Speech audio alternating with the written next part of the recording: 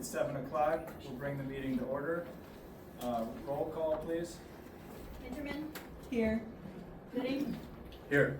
Alexander, Here. Bates, Here. Eby, Neal, here, Kersey, Yep. Lockbaum, Here. Ehrman. All right, let's stand for the Pledge of Allegiance, please.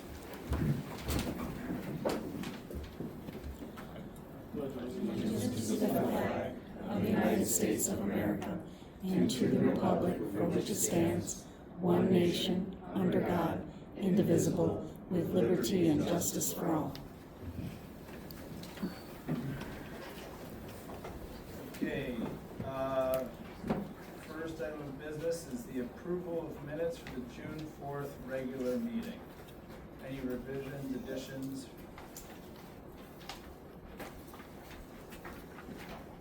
I'll make a motion to approve the minutes. I actually have a revision, at the top, for staff present, it does not include Allison Muir. It lists Tammy, Laura, Monica, and Bradley, but Allison was here and is not listed.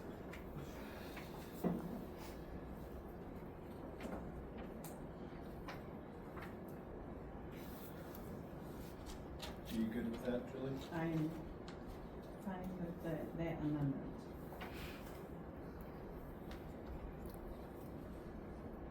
I'll accept the motion to accept the revised minutes. Second. We need the first. Oh, we've got Julie. All right, we have a motion. All in favor, aye. Aye. All opposed, same sign. All right. Unfinished public hearings, we have none. Unfinished site plans, none. New public hearings, none. New site plan reviews, you guessed it. Well, they don't count your eggs before they're hatched, sir. The next item on the agenda would be public comment. This is, because there are no cases in the public hearing, this would be the sole period for public comment in this evening's meetings. I'd just like to go over the rules of conduct. We appreciate you taking the time to present your comments. Everyone who wishes to make public comment will be given an opportunity to speak during the public hearings and during the general public comment period. Tonight, we only have the general public comment period. Please wait for the chair to acknowledge you before you speak. Please approach the podium so you're near the microphone. Offer your comments. You may begin by stating your name. You are not required to. Please direct all of your comments to the Planning Commission and no members of the public. The Planning Commission will receive comments but will not engage in discussion with the public or respond to questions during the comment period. To ensure that everyone has time to speak and that we can address all the items on the agenda, we limit public comment speaking time to 3 minutes per speaker. A time clock located here will alert speakers when the 3 minutes have ended and time for comment is over. Above all, please be respectful of the Planning Commission, the applicant, and your neighbors. At this time, I would open the floor for any public comment on any item. I made a packet for each one of you. Can I approach? If you could hand it to staff and they can pass it around, thanks. Thanks.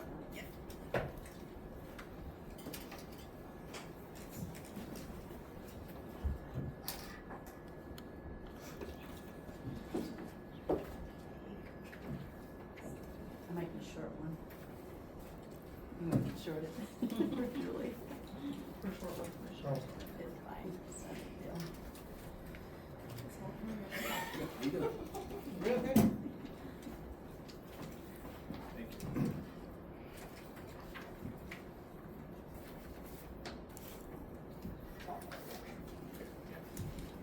Jackie Hall. In January of this year, a draft of the storage text amendment was sent out to 12 townships for review. One of the most significant proposed changes by the zoning staff was removing self-storage as a special use in B2 commercial district and instead permitting self-storage into the industrial zoned areas. While our original recommendation was only that multi-level storage facilities be limited to industrial districts, The draft expanded the concept to include all storage facilities. 5 townships responded in support of the proposed changes, while the remaining 7 had no comments. In addition, a professional review was submitted by Ken Lane with Beckett and Reeder. Mr. Lane's comments included recommendations that self-storage, commercial storage, and warehouse storage be permitted only within the industrial districts. Similarly, 4 members of the Springville Township Planning Commission submitted comments supporting the placement of all self-storage facilities into industrial zoning. I would ask the commissioners, if you decide to retain self-storage as a special use in B2 commercial district, I respectfully ask that a stronger standard be adopted. At a minimum, I would recommend requiring the 300-foot setback from any primary roadway and limiting each storage building to no more than 5,000 to 8,000 square feet total per building, rather than regulating only the building footprint or height. These standards would help ensure that future developments remain compatible with surrounding commercial uses.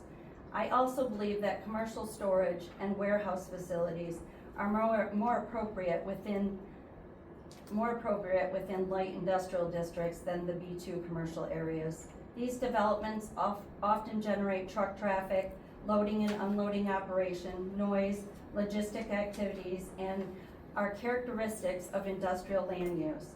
Many include loading docks and could eventually be converted to other industrial type operations, including large-scale warehousing, distribution centers, possibly data or energy storage facilities. The purpose of this ordinance should be to protect Emmet County's future by preserving our commercial corridors for businesses that serve our residents, create jobs, generate economic activity, and provide the goods and services our communities rely on. It should also ensure that these corridors are not gradually dominated by large corporate developments that displace locally owned businesses that have helped define our communities for generations. As you consider these proposed changes, I respectfully ask that you keep that purpose at the forefront of your decision. The details matter, the definitions matter. Small loopholes today can become major consequences tomorrow, so let's take the time to get this right. Thank you all. And I just made copies of Ken Lane's and Springville Township's, their recommendations. Thank you.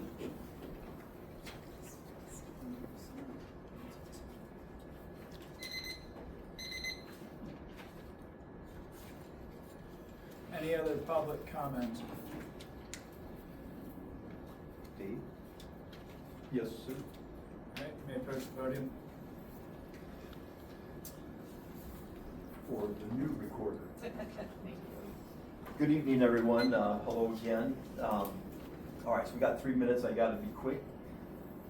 This is to the Emmet County Planning Commission from Paul and Annie Meridian again, of course, storage use amendments. As we are 7 months into this moratorium, I asked myself the question, how did we get here? Well, my observations from attending these meetings, there are 3 main reasons. U-Haul's application last summer, Hearthside storage development, and a half a dozen or so storage owner-operators petition a moratorium. As a property owner and stakeholder who is affected by these proposed changes, I still have plenty of concerns. How many times do I have to ask for a committee to be formed or a work session where we can deliberate and debate constructively? Last month was a start, and I appreciate that, but I know there's not going to be any opportunity tonight. It was very clear by the vice chair. That's too bad. For example, with the proposed setbacks of 200 feet and ridiculous screening criteria, I question if this is planning or is this just a reaction to U-Haul's application last summer and the Hearthside storage buildings? The answer is yes. It's a reaction to U-Haul and Hearthside. I can say this because it was said out loud here in this meeting room by members of this commission. So now I have to ask a question to the PC. While you are reviewing these proposed amendments, are you planning or are you reacting to prevent uses such as U-Haul and Hearthside storage? The answer is,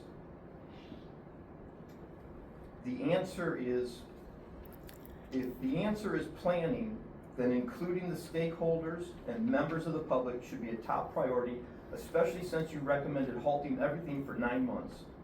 I ask this very important question because this PC is reviewing text that will become zoning law that adversely impacts property owners' rights. Planners should balance property owners' rights with zoning rules, not creating rules because they don't like it. That is subjective, not planning. One very important thing I have learned over the years is everyone has a different style. I have intentionally driven the US 31 North Corridor several times. The best maintained properties along that corridor are all the large-scale developments. Even the Hearthside storage buildings are very nicely done compared to numerous rundown properties along that corridor, which might be considered an eyesore to some people. So let's plan with good, reasonable, and sensible thought. Respectfully, Paul and Annie. I do have another minute or so. You know, if you guys here tonight, and I know you can't answer this, but if you guys feel tonight that my comments are wrong or not accurate, then I would ask this one simple question. If you are not reacting to the items I referenced in my letter, then why did you suspend storage uses for 9 months? Why didn't we just work on a living document as we go? That was something I requested back in January from the commissioners, not from you guys, because I was not here at your January meeting. So really, as much as this letter might seem tough, my goal is that we are planning as a community and not reacting. Thank you. Thank you very much. I do have more, Mr. Vice Chair, if there's an opportunity when you're deliberating, because there's a lot of great comments that can be generated by having a variety of input. Thank you. Thank you. Any other public comment?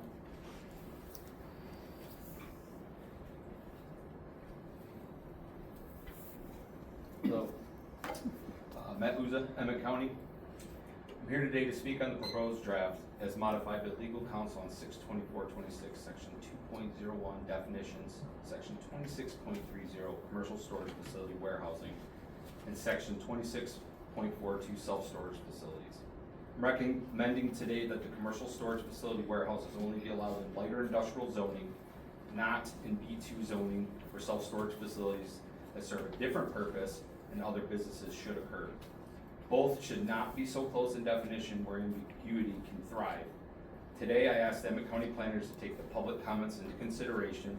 Tammy had stated at the January 8th Planning Commission meeting that this Planning Commission can ask for an extension on this. I am asking today that you ask the Emmet County Board of Commissioners for an extension on this proposed draft.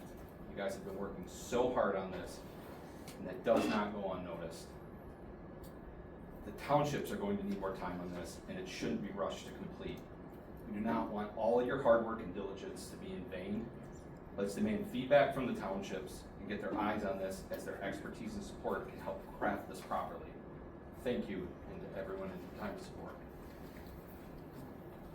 Thank you. Any other public comment?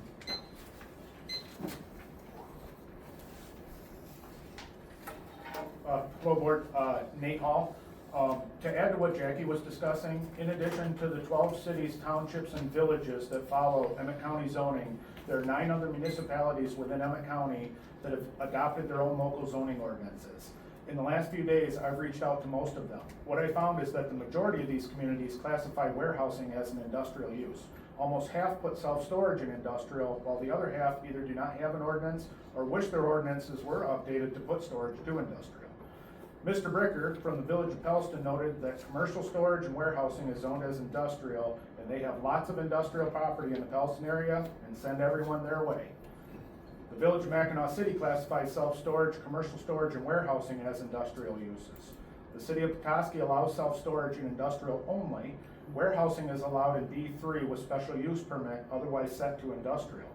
Resort Township allows self-storage within its B2 district with restrictions, one being a 300-foot setback from public road right-of-way, while warehousing is permitted only within industrial district. Gail Greenlaw with the Village of Alanson said they are in the process of upgrading their local ordinance and will be limiting self-storage to small single-story outside drive-up units and will not allow commercial storage or warehousing in the village limits. I guess the point I'm trying to make to all of you is that these are all communities within our county, within Emmet County. Would it not make sense for the county to align more closely with zoning approaches already adopted by neighboring townships, cities, and villages? I strongly continue to believe that multi-level storage facilities, commercial storage, and warehousing belong in industrial zoning districts. If the board intends to keep self-storage as a special use in the B2 district, I encourage you to strengthen the special use regulations.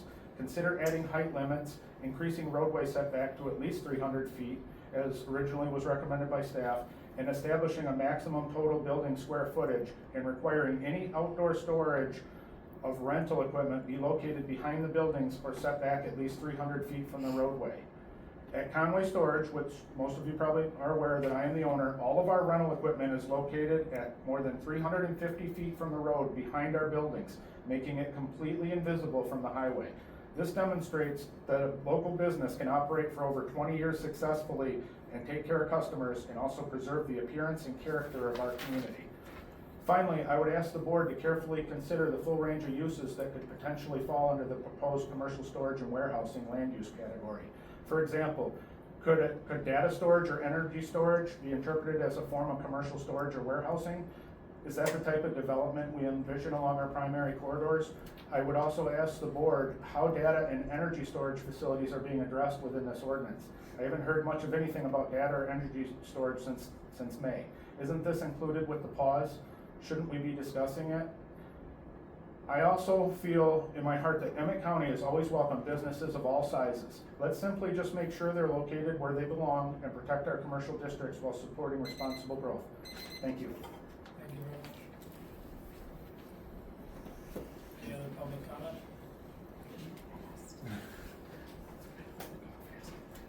I'm Dave McBride, and I want to acknowledge the Planning Commission and the staff for all the hard work you put into this regulation proposal up to this point. There's a tremendous amount of work that's been in this. But what is being created in these meetings is not about keeping U-Haul out of the community. It's about maintaining the look and feel of our community. Whether you like it or not, mega storage is going to come to our area. Hardly a day goes by where I don't get an email or a call from somebody out of town wanting to investigate buying our facility. And I bet you all the other operators in town get those same calls. So they're going to come. So I made a few suggestions and I want to read through them on some modifications to what was proposed.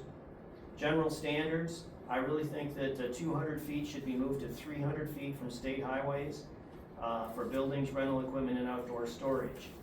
You have all stated at meetings that the main highway corridor should be maintained for business activities other than storage. After review of my site, 300 feet gives a nice amount of room for a business to locate with a front and rear parking area, and then put the storage facility or whatever, the rear storage behind that. Of note, the U-Haul proposal, which I have a copy, there you have a building 300 feet back and another building 250 feet back. So their main buildings were almost 300 feet back. So this new regulation or proposal would not have an adverse impact on their proposed plans. Screening. Any loading docks or overhead doors or door facsimiles shall be fully obscured from public roads or any residential use or adjacent parcels with continuous visual screening. No matter what elevation of the overhead door or door facsimile is on this 3-story building, why limit this to just one 8 by 10 foot door for a loading dock that you want to screen from the road? State what you want or what the community wants. Outdoor storage. I really think that the outdoor storage should have a visual screening at a minimum height and then at a height equal to or greater than what is being stored. I have properties with outdoor storage, and 4, 5, 10 years ago, basically what we stored outdoors were motorhomes, cars, RVs, boats. Now all of a sudden, it was very clearly brought to my attention the other day, can you stack those storage units? And I said, sure. That takes it up to 24 feet or even taller. So that's why I'm saying if we have an outdoor storage area, it should be shielded to the height of what's out there. General standards. No doors on the road face of the building or facsimile doors should be visible from the main road. This perpendicular to the road thing is really not clear. Make it clear what you want the face of these buildings to look like. For properties fronting on or in the vicinity of state highways, well, thank you very much. I did write all this up. I only missed a couple paragraphs. You received it via email. Thank you. Thank you. Any other public comment this evening? Hearing none, we'll close public comment and bring it back to the board. the request to move text amendment storage uses under other business to the first item and master plan to the second item. And so we will move into text amendment storage uses, discussion with the board now.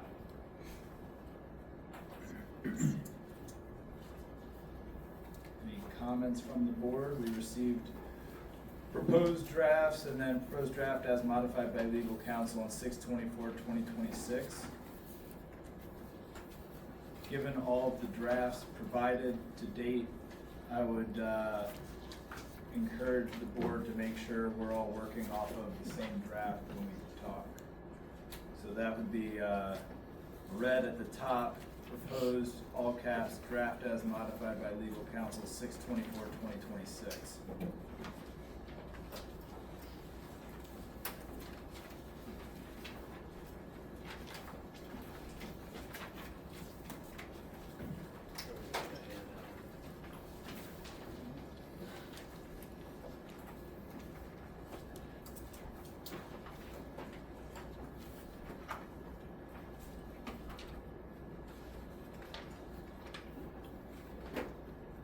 Don't everyone talk at once.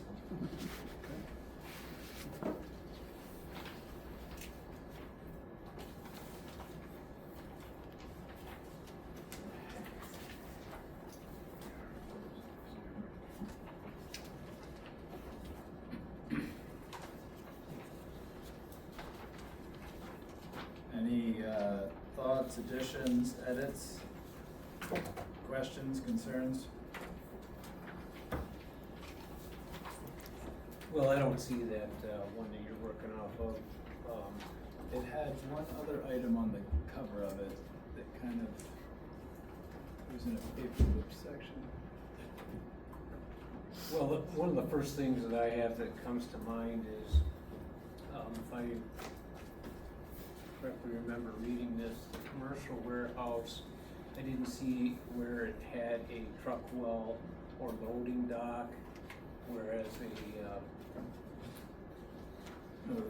motor freight center had several. Does that lead me to believe correctly that when we were talking about a commercial warehouse, it does not have a truck or loading dock? The definition for commercial storage facility and warehousing as written does not include words such as loading dock or truck well, etc. Definition as written says a facility that may include a building, group of buildings, and/or commercial outdoor storage areas for products, goods, materials, vehicles, equipment, and/or portable storage units, typically on a temporary basis, before they are distributed to retailers, consumers, or customers. Commercial storage facilities / warehouses are characterized by owner-controlled access, inventory management, and distribution operations, and may include administrative offices, but not retail sales, manufacturing, or self-storage uses. So it does not list loading docks as a component. So then when if I read that correctly, a commercial warehouse cannot have a loading dock and truck well?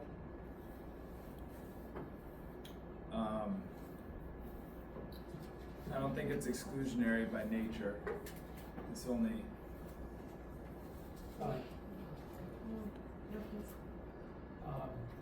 Commissioner, I don't think that, I agree with, Vice Chair Bates. I don't believe because it's not included, it would preclude it from having that. It's just not pointed out like it is with motor freight. I think with motor freight, the intention was to distinguish the two. So if the question is, can a commercial storage facility / warehousing have truck wells or a loading dock? They could.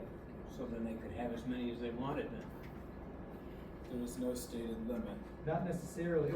That could be controlled by the regulations that apply to the specific use. But Well, if as we're gonna have a in terms of the definition, why don't we define it then?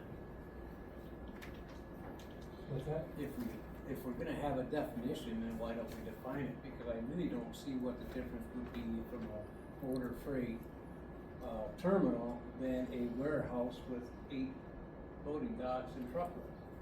And what you're telling me, and what, if I understand correctly, under the current definition, that could happen. Yes. Yeah, okay.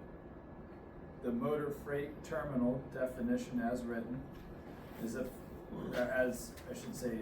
as proposed, is a facility consisting of a terminal warehouse with truck wells, loading docks, and offices, utilized as a shipping point or temporary storage point for the primary business of shipping goods or products for businesses and the general public, which requires the parking of semi-tractors and trailers, as well as freight, cargo, and shipping containers for indefinite periods of time. A motor freight terminal may include ancillary facilities such as a repair garage, body shop, and wash bays. So my question is, why do we have a motor freight terminal? As a separate definition? Right. Yeah. Well, I would say that the reason I'm bringing this up is because one of my issues with having these in a B2 is because the very fact of multiple truck terminals and loading docks would lend it to be a more intense traffic area. The reason, may I? Sure. We do have a presentation ready to provide to you if you're interested in that, but that specific definition was requested 2 months ago, and so we brought it to this planning commission last month. It was tweaked by legal counsel before the meeting and displayed on the screen, and so that's how we got that definition. And I realize I missed last meeting, and I do apologize for that, but I still don't really see how we're precluding a commercial warehouse from becoming a motor freight terminal. well, this was definitely a big topic last meeting, was what is the difference and how do we distinguish? Because the June meeting had accessory building, and this one has accessory building. And then it had portable storage unit, which this one also has, just lower down. And then this had something called freight terminal, home-based commercial storage, self-storage facility, and commercial storage facility / warehousing and outdoor storage. And a lot of the discussion was on the, rather than the docks and wells specifically, a lot of things circled back to what I would call sort of the intensity of use, which is hard to define, but the conclusion as noted in the minutes and in this revised draft was effectively that that we didn't need, that freight terminal was really a motor freight terminal. We were trying to distinguish that it was more about motor freight rather than just freight, because if it's just freight, it sounds like warehousing. It's very similar. And then a big distinction on outdoor storage was a lot of concern about outdoor storage versus commercial outdoor storage, right? So plenty of businesses and private property owners have a right to store things outdoors, and we were trying to distinguish that. So this revised definition included commercial outdoor storage, which we could then include in the definition of commercial storage facility, that it would have commercial outdoor storage potentially. Well, I guess what I'm trying to get at is, in light of planning and not limiting, is that we should be planning on what that use is gonna be as far as the intensity. And from what I saw in last meetings when I reviewed the tape, I don't think we addressed that, and we certainly aren't addressing that in this definition of commercial warehouse, which I think should be an industrial.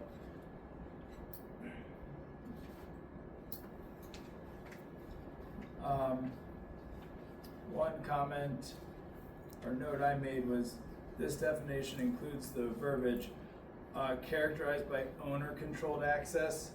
And I know in the context of the other definitions where it refers to tenant-controlled access, my concern is when you read owner-controlled access, my first thought is that would be the owner of the goods. like it's the owner's access, the owner's closet, the owner's door, not the property owner, right? So my understanding is that as written, this is intended to say owner-controlled access, as in the building owner, the warehousing facility is the one who controls access, as opposed to the renter of the space. Well, one of the definitions says tenant. Correct, so And the other one self-storage. says owner. Right, so self-storage facilities, say they're characterized by tenant-controlled. So I'm interpreting that to mean that the distinction there is tenant-controlled. I rent a unit, I walk up, unlock my lock on that unit, I get in. This one says owner-controlled, and my thinking was that perhaps instead of owner-controlled, it should say, you know, facility owner-controlled or warehouse owner-controlled, not to confuse people. Or to misinterpret it. That's my concern. Yeah. Yep.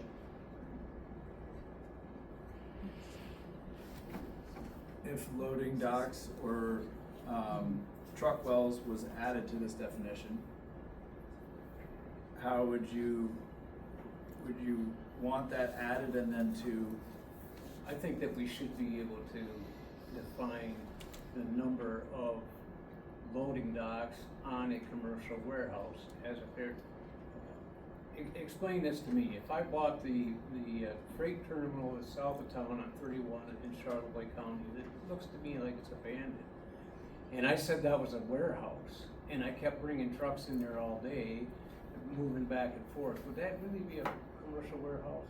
And what would keep me from saying that's a commercial warehouse under this definition?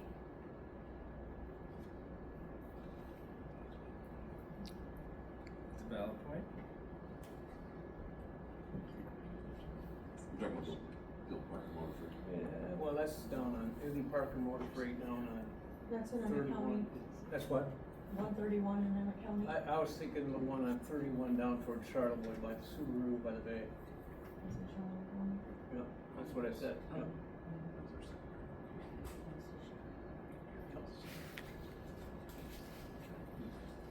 I just think that type of building, me saying that's a commercial warehouse would lend itself to a lot more truck traffic than what a commercial warehouse with maybe one overhead door.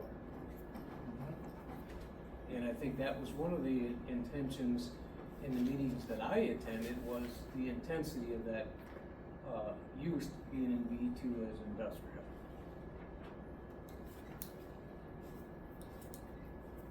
Other thoughts? Yes. Tammy, did you say staff had a presentation? Do we want to maybe do that, and that may, we would lead to Brett potentially addressing some of that, and maybe answering some of the questions we're providing with clarity?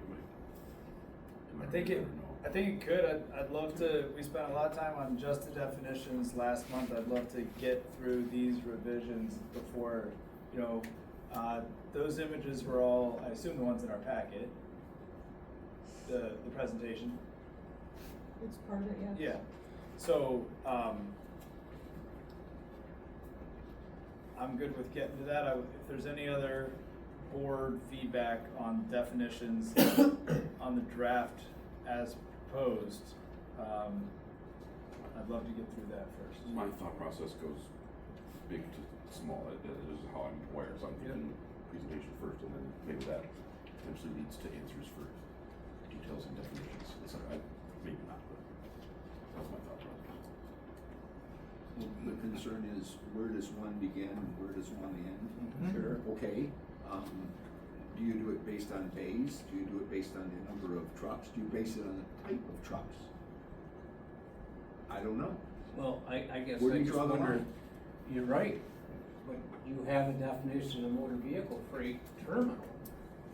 And yet I can't see why I couldn't make that motor freight terminal that we're talking about into a commercial warehouse. And so far, no one here can tell me. There is, you know, beyond these definitions are the supplemental regulations, the next couple pages. And those get into some of the distinctions beyond the words.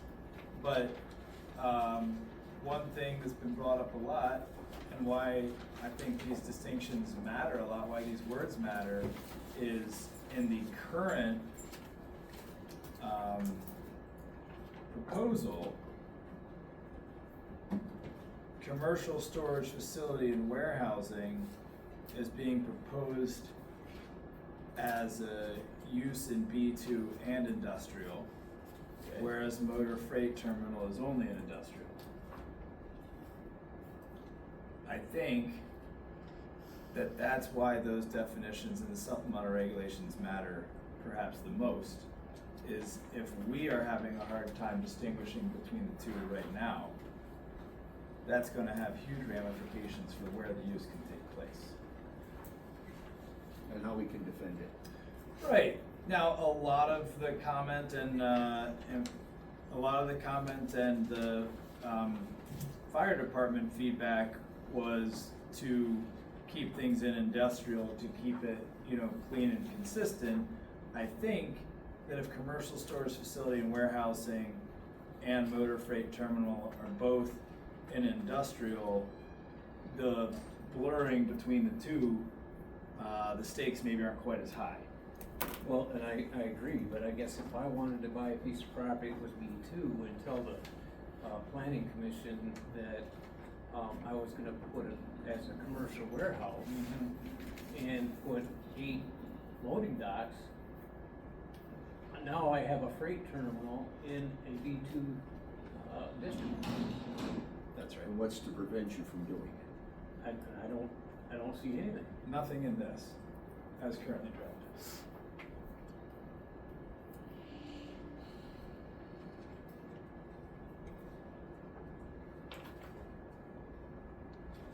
Which gives me to question what the intention was even coming up with a motor freight terminal separation, and so it could be brought into the industrial section as opposed to letting something like that come into B2.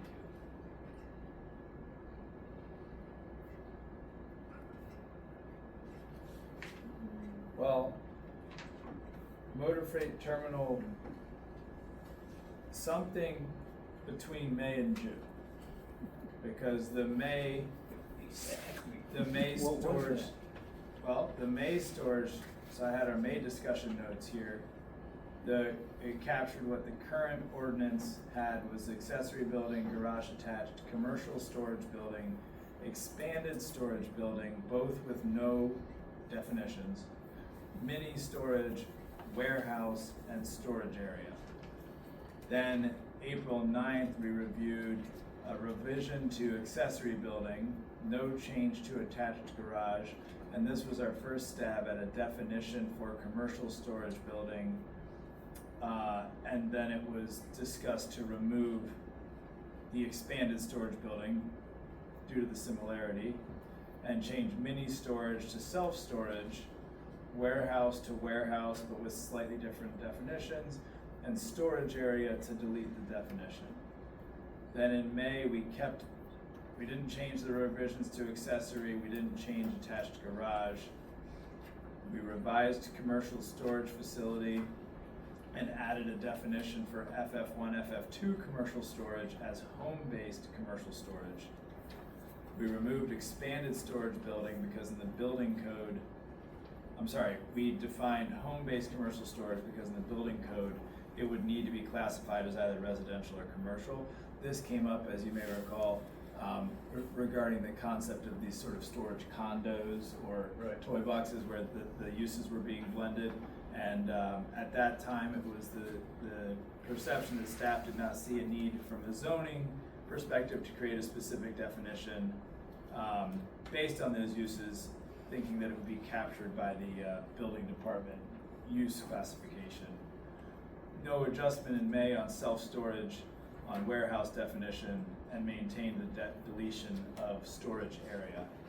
At that time in May, there was also no proposal for a motor freight terminal in the land use matrix. At that time, we had commercial storage facility / commercial warehousing, replacing what said storage buildings, parentheses, including mini storage and commercial warehousing. Then self-storage got its own line, and home-based commercial storage as well.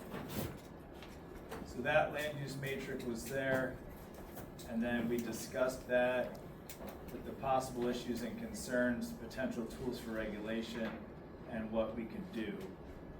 And at that time, we discussed what makes a warehouse versus a commercial storage versus a self-storage facility, and would images help? So that was most of the conversation. And so where things changed was that conversation jumped to June.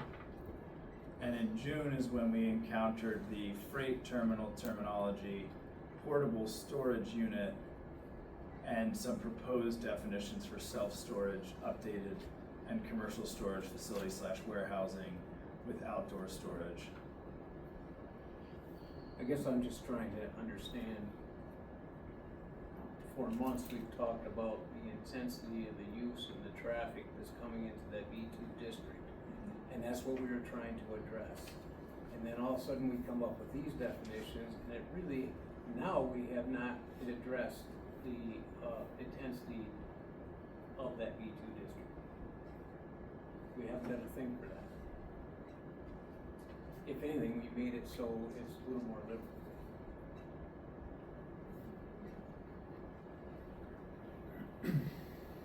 No argument. I think, that something significant changed from May to June. And I don't know where that change was. Because the other conversation in May that was absent in June was the concept of an overlay district, which seemed to have a fair amount of interest in May, but was not part of the proposal in June. Right, and I'd heard that that had been decided not to do that, and I thought, Mr. Eby came up with that suggestion, I thought it was a really good suggestion. Well, if it was decided, it was not decided by this board in this room. So then who makes those decisions? Well, just to comment on that, I think staff consensus was ultimately that would be an excellent solution. But at the time, they thought this process would be quicker, which the decision should have made either go forward one way or the other at that point. This seems to be stalled, just to look at that. To support the staff, they thought it was funny. It's gonna take longer to do it I'm right. not picking on the staff, I just don't understand. Well, it wasn't. In some ways, I kinda wonder why we have a board. Well, we went along, their recommendation was they thought it would take longer, that was my idea that I got from the staff. I'm glad you asked why we have a board, because I was in a similar quandary discussing this. I went back to our bylaws, and I reread and highlighted the objectives and purpose of this board. And I was trying to think of this complex case from a planning perspective with our lens. And our 7 stated objectives and purpose are to include, but are not limited to, the creation of a master plan for the physical development of Emmet County, the adoption, execution, and promotion of the master plan, the encouragement of sound development and land use practices in Emmet County, encouraging and assisting public and private agencies in improving the attractiveness of the county, furthering cooperation between governmental and private agencies towards these purposes, furthering economic development in balance with land use and resource management considerations, administration of the county-wide zoning ordinance for townships without their own zoning regulations. Those are the 7 stated objectives and purpose of this board. And when I was thinking about this case, I was really hanging on C, D, and F. The encouragement of sound development and land use practices in Emmet County, encouraging and assisting public and private agencies in improving the attractiveness of the county, and furthering economic development in balance with land use and resource management considerations. So for me, that's our North Star, that's our objective and purpose, and that's the lens with which we are meant to steward that for the citizens of this county, however it comes up. In this case, storage units, storage uses.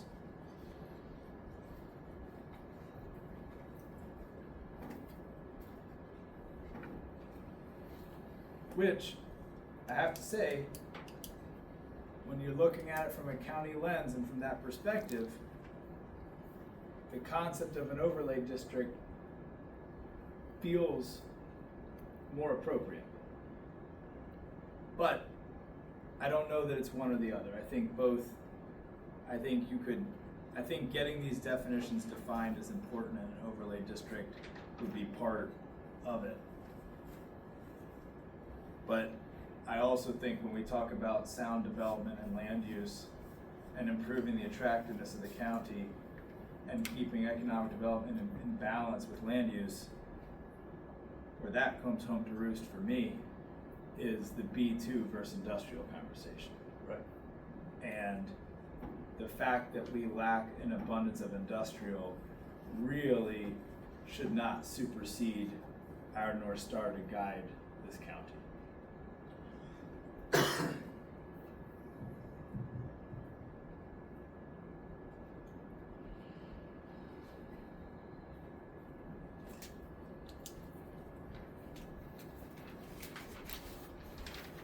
Any other thoughts? Jennifer, anything? I'm playing catch up a little bit too. I missed the last meeting.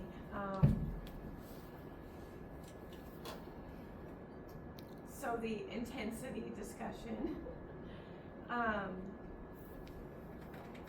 I totally see, you know, I appreciate all the comments because I kind of look at it, I'm like, okay, that sounds good, but then I hear a comment, I'm like, oh yeah, so the commercial storage facility warehousing definition and the motor freight terminal definition, I agree that they sound very similar. But I think it's when you get to the practical application of that and you say, I'm gonna buy that property and I'm gonna use it for essentially a freight terminal, but I'm gonna call it a storage, commercial storage facility, and say, well, you know the intent, right? That the commercial storage facility is in a storage use. It's got the storage containers, it's got outdoor storage, it's got the garage bays. It's bigger than this one freight terminal. And so that's where I would say, as hopefully with zoning, that they would be able to say, you can differentiate between the uses because there's the intent of the commercial storage is more to it. But I don't know if the definition does it justice, like you say, like just reading that, if you can tell the difference between them. I know I'm a simple man, but Yeah. I can't differentiate the two. I mean, I think I could buy that piece of property down there if it was in B2, and I think I could probably put several different storage units out there and say it's a commercial storage use. They're extremely similar. And if you've traveled outside of Emmet County, you will see that these two uses are typically right next to one another. I just know that if I was sleeping in my bedroom next to a freight train, a terminal, or a storage unit, I think I would like to spend my night shift and my day shift sleeping next to a storage unit instead of the freight train terminal, and I think that's really what we're talking about here. Mm-hmm. I think it's fair, and I think if you, especially on freeways, you'll see right next to some of these commercial storage facilities and warehousing are warehouses and freight terminals, and the only way to be able to tell which it does is how many docks it does or doesn't have. Exactly. Which I know is what you just said. Is there a difference in setback? I can't remember now, I focus on it. Is there a different setback for a freight terminal as opposed to commercial warehouse? Unfortunately, there's no supplemental, sorry. Excuse me? Yeah. The supplemental regulations included are for commercial storage, self-storage, and home-based. There's no. So I didn't hear what you said. Yeah. I was waiting for the chair to Yeah. acknowledge me, Yeah. sorry. Sorry. Freight terminal has been and is in our zoning ordinance right now. It's a permitted use in the industrial zoning district. There are no supplemental regulations attached to it, so it can go right up to the 25-foot setback line. Okay. In an industrial zoning district only, with no screening from off-premise industrial uses or commercial uses.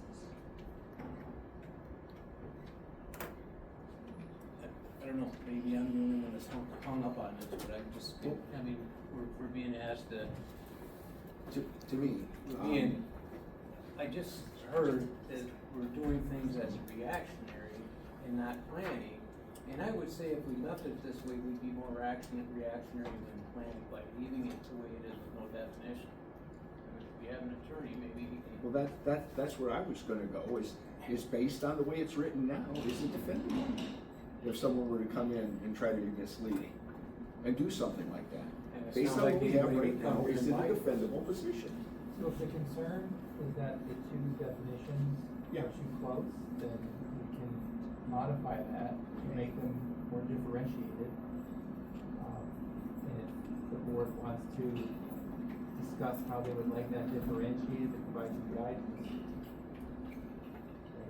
One bit of context on this also is that in the June definitions conversation, it was called freight terminal, not motor freight terminal, to match the use, and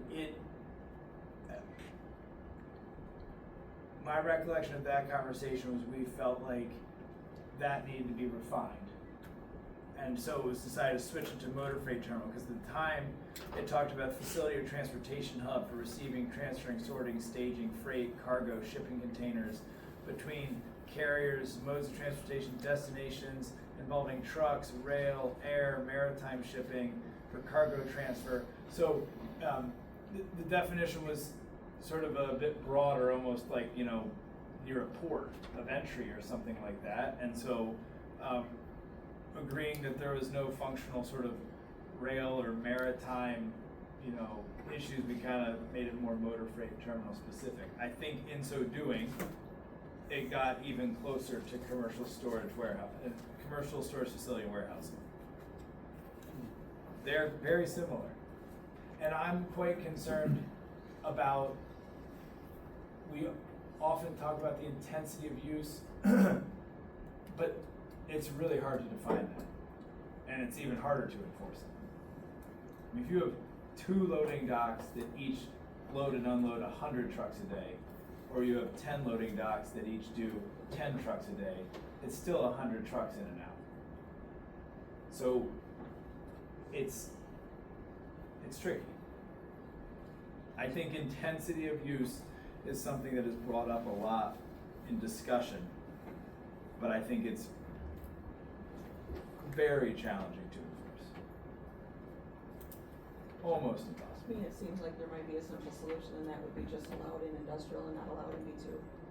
The commercial storage The facility. differentiation between the two is very, very minor, and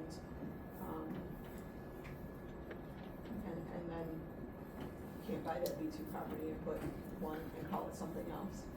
Right. That seems reasonable. I mean, we did a good job clarifying outdoor storage last month to be commercial outdoor storage. A lot of conversation on that. It feels like commercial storage facilities / warehousing / freight terminal It's all one thing. is all one thing, and it's cleaner to understand what we're talking about when we say that.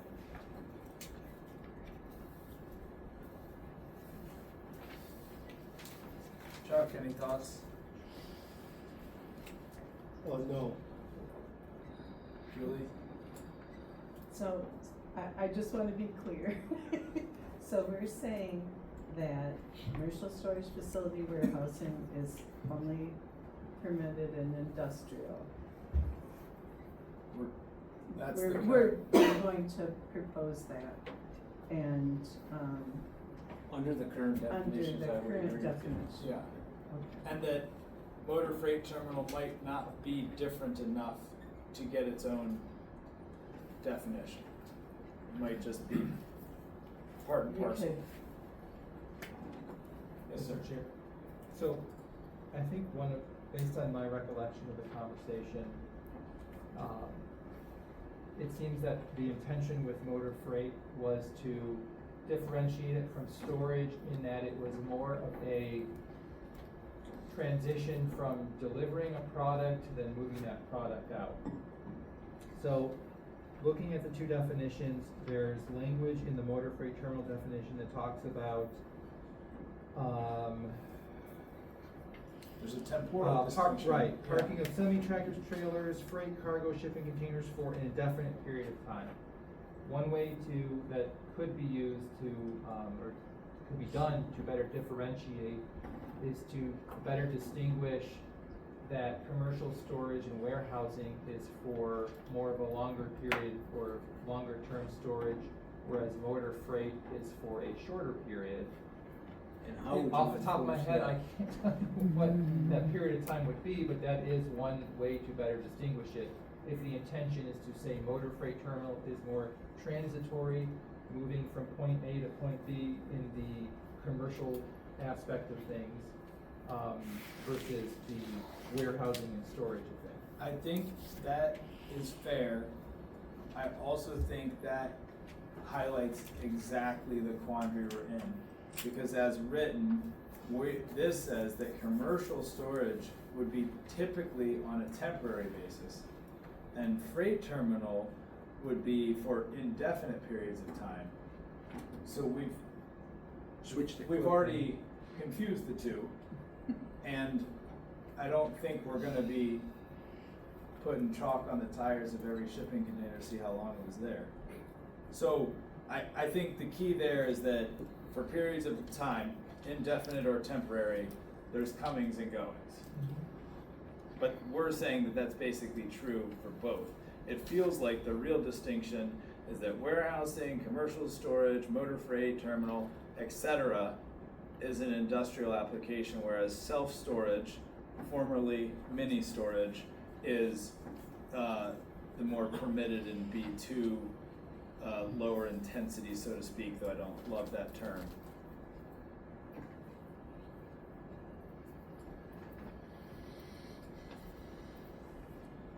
Is the other thing that comes up a lot with both of these is the outdoor storage. Is everybody comfortable with the amended definition of commercial outdoor storage? As you'll recall, last month we were concerned that, any individual with a trailer in their yard is technically doing outdoor storage. So we were hoping to create a use distinction that if that outdoor storage is part of a commercial use or the principal use or is being used for commerce, that's really commercial outdoor storage. And for me that was important because I really feel like outdoor storage as it was written was potentially way too broad and could affect owner property rights, whereas commercial outdoor storage helps provide some clarity. Any thoughts on the definition of commercial outdoor storage as amended and proposed?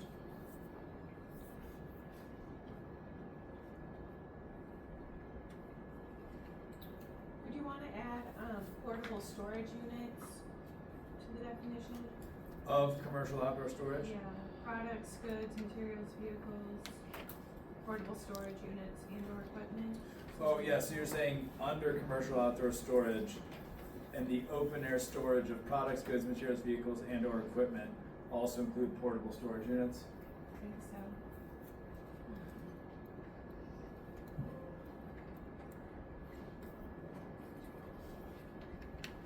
I personally really like when our definitions reference other definitions.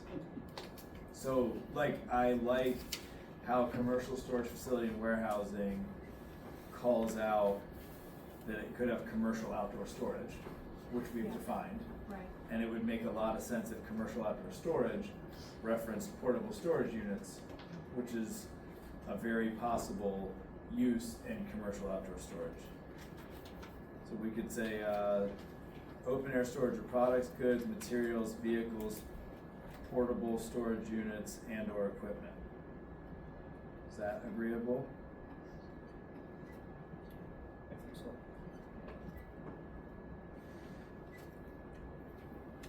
Then portable storage unit is defined as any container designed for the storage of property or supplies, which is typically rented to owners or occupants of property for their temporary use. which is delivered and removed by truck, and which can be stored on-site or loaded and hauled to another location for storage.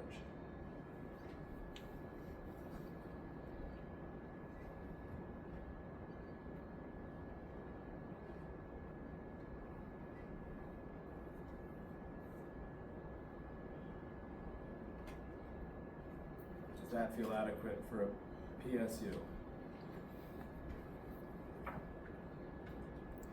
Only question I had for staff on that was after our field trip to McBride, there was a portable storage unit that was a field office. It was under 200 square feet, but should it take place in a 40-foot structure, is it still a portable storage unit, or is it at that point a building? It's a building, okay. So I think the portable storage unit definition is improved from before, and including it in commercial outdoor storage is very helpful.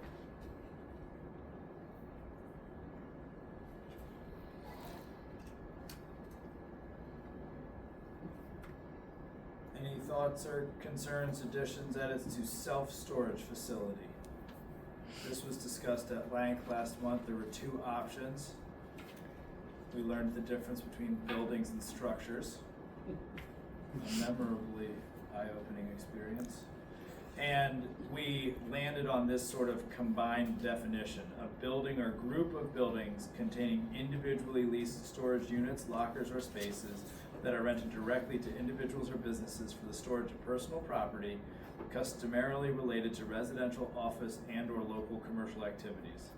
Self-storage facilities are characterized by tenant-controlled access to assigned storage spaces and are not intended primarily for warehousing, manufacturing, retail sales, or distribution operations.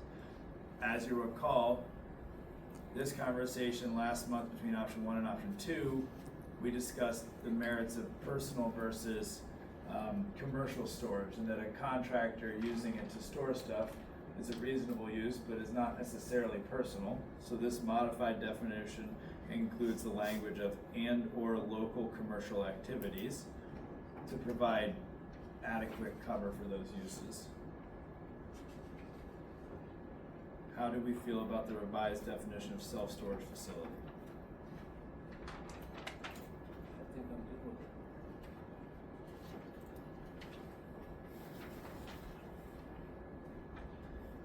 There was not a lot of change to home-based commercial storage building. Do we all understand the distinction between that use? It's especially called out in the supplemental regulations.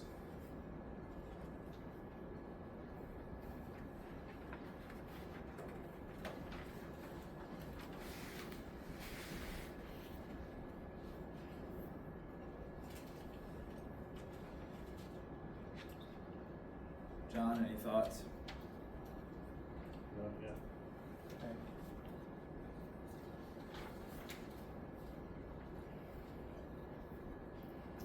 Before we jump to supplemental regulations, I think it would behoove us to recap what we've just discussed. Definitions, accessory building as drafted.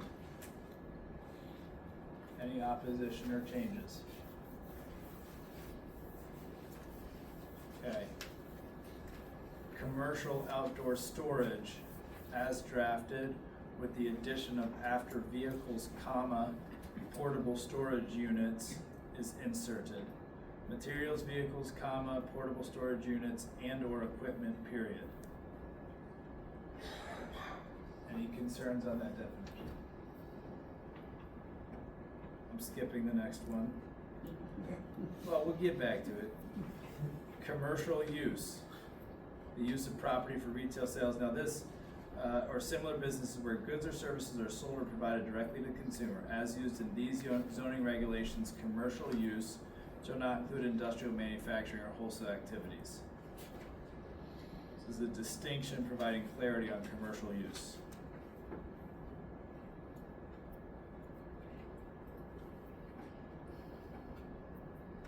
thoughts, additions, okay? Home-based commercial storage building remains unchanged from last month. Any concerns or changes? Right? Skipping motor freight terminal, portable storage unit with the addition of supplies and or transportation in blue, and now referenced in commercial outdoor storage. Any changes, concerns, edits? Self-storage facility. We just went through that. Any concerns? All right. So then we have commercial, we have, as discussed this evening, the proposal to make one definition between these two, commercial storage facilities / warehousing / freight terminal. No. Okay. Say more. I knew you were gonna say that. Well, as my esteemed colleague to my left over here mentioned a few minutes ago, playing a little catch up too, because I missed the last meeting, apparently missing some stimulating conversation at different points of this. I don't know that I can give you what you're looking for of saying more there, other than, to me, those are just two solidly different things. I would agree if they were used honestly. True. You know, True, we have no true. way to separate what's to be honest, and I don't think anybody here can say that they've been on a board and haven't been misrepresented to. I also want to provide just a key piece. We're not saying they're the same thing. Just as commercial storage is not the same thing as warehousing. We're just saying that for the sake of the use and how it can be regulated, they're in the same bucket. Okay. And if they're not in the same bucket, how do we define it in a way that's more clear than as we're currently struggling with? I think to me, if we're gonna go down that road, then we have to limit on truck wells and truck bays.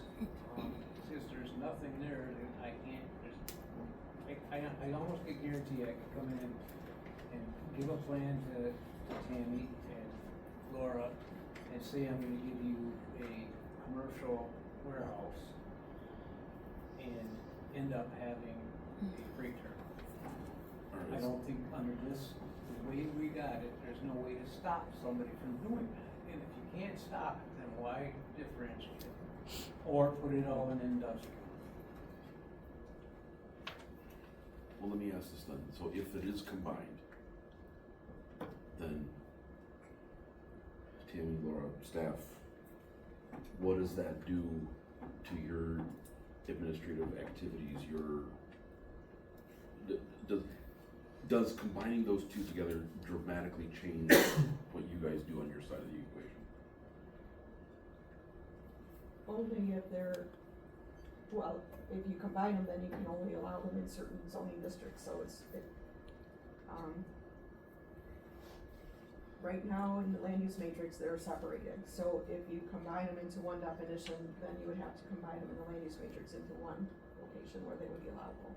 And then likely have one set of supplemental regulations or none, where right now there are no supplemental regulations with the truck terminal, is what it's called.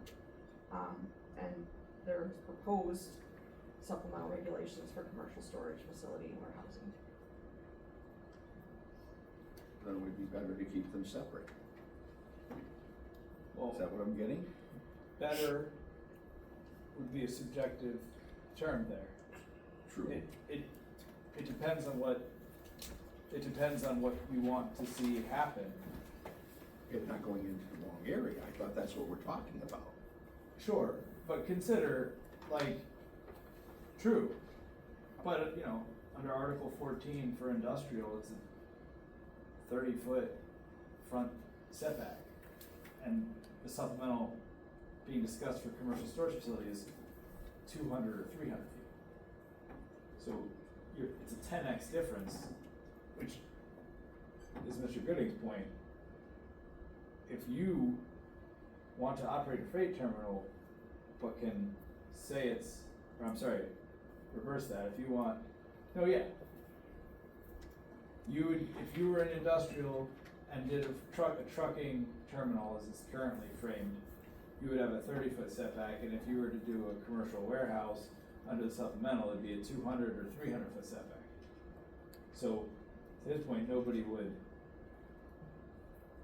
go for the 200 to 300 foot when you could pick another one that's functionally the same thing. Well, then you would know right away what was going on. Right. Right?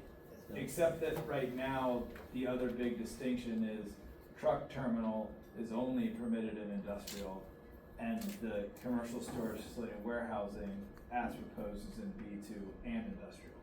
So your potential for it to take place is great.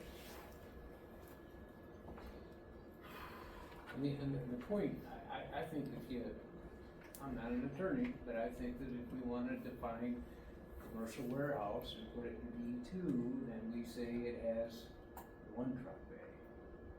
It limits the amount of truck traffic that's gonna be able to come in there. I also just wanna make If sure. you think, I didn't mean to interrupt you, but No, let you're me reiterate it this way. You pull a truck in and it takes 20 minutes to unload it, right? You only got so many, or if it takes a half an hour, or it takes an hour, you only got so many trucks that come in there in a 24-hour day. But if you've got a commercial warehouse and all of a sudden you put truck terminals in there, you just multiply that amount of truck traffic by 8 times. If I could read the first sentence of each definition, because the conversation, Scott, to your point, is that it's not the same. As proposed, commercial storage facility and warehousing, up there, a facility that may include a building, group of buildings, and or commercial outdoor storage areas for products, goods, materials, vehicles, and equipment, and or portable storage units, typically on a temporary basis, before they are distributed to retailers, consumers, or customers. First sentence. Motor freight terminal, first sentence. A facility consisting of a terminal warehouse with truck wells, loading docks, and offices, utilized as a shipping point or temporary storage point for the primary business of shipping goods or products for businesses in the general public, which requires the parking of semi-tractors and trailers, as well as freight, cargo, and shipping containers for indefinite periods of time. They're functionally the same thing. And if thesaurus, they'd be next to each other. It's goods, products, businesses, general public, goods, products, for consumers and customers. That's the words of each one. That's the general public. Commercial outdoor storage of portable storage units. A shipping point or temporary storage point for shipping goods, which requires the parking of freight, cargo, shipping containers for temporary periods of time. The next sentence in commercial storage facilities, they're characterized by owner-controlled access, which we're distinguishing is the property owner controlled access, inventory management and distribution operations, and may include administrative offices, but not retail sales, manufacturing, and self-storage. Next sentence, a motor freight terminal. A motor freight terminal may include ancillary facilities such as repair garage, body shop, and wash bays. Which sounds a lot like it may include some other uses in the other. Well, that's what the old park on 131 used to have. There's the buildings on the side there. Both are distribution and storage of goods. Both are temporary uses of time. Both are operated by commercial businesses to be delivered to other businesses or consumers. So both are managed by the access of the property owner. Both involve distribution. Both can have ancillary uses. So practical real world application right now, I get the motor freight terminal. Are there, and I'm sorry if this sounds dense. What's an example of the commercial storage facility right now? And that's in B2, right? Or is that part of?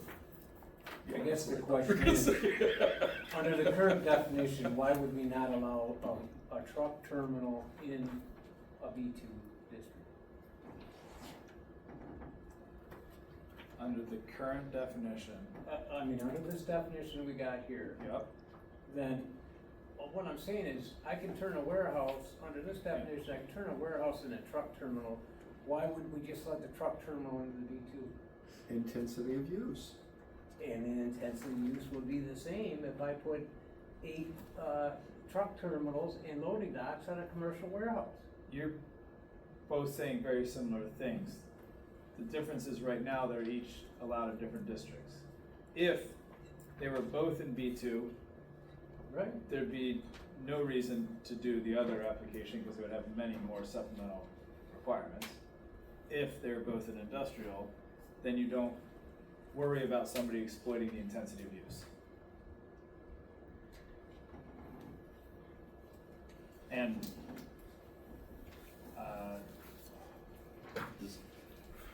I'll go back to my question a few minutes ago then. Does staff presentation cover this? I mean, yes, I mean, like nod your head up and down emphatically if it does. I think Tammy has a good presentation. All right, can we see that then? Yeah. Let's do that. Go ahead.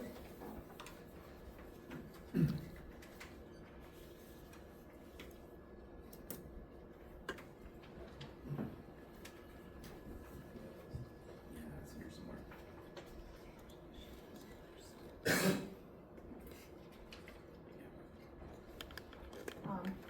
Their history, which you've kind of gone over already, but, thank you for on this. So following the June meeting, there was discussion. You went through line by line in the June meeting on the proposed draft. We updated the proposal according to our notes and then, emailed the planning commissioners and asked for feedback. We received none, except from, Brett Gooding, who said that he was not, comfortable with what was being proposed and asked a few other questions and I responded to those questions. We forwarded the memo and the draft to the townships with the county zoning, those 12 townships that are under county zoning, asking them to respond. I know a lot of the townships had canceled their July meeting, and so we anticipate that we will get some responses from the townships over the next couple of weeks. The draft included proposed changes that were made by this planning commission during the June meeting, and recommendations were provided by legal counsel, and that was included in that packet. Format was also updated to match what our current format is. In doing so, there were a few references in the text that were not corrected, so that would have to be adjusted as well. The proposed definitions, you've already gone through those, but so I'm not gonna go through this in much detail other than to say there were minor modifications to several. Some were changed by legal counsel, and then others were kept as they were. The motor freight terminal, as I mentioned, that was something that was specifically requested about 2 months ago. And so that was a proposal that was put forth last month and discussed and modified based on what was in the text that was provided. Portable storage unit is something that came up, that was a new definition that was provided last month. And then self-storage facility has been something that was being reviewed over several months. About 4 months ago, I provided you with a zoning map and that was in this packet as well, showing the locations of industrial and B2 properties in the county. And it showed how limiting those were, so that was the reason that in January, when the original draft came out, it was, all those types of uses were proposed in industrial and eliminated in B2, but then after looking at the zoning map, that was modified and the supplemental regulations were enhanced.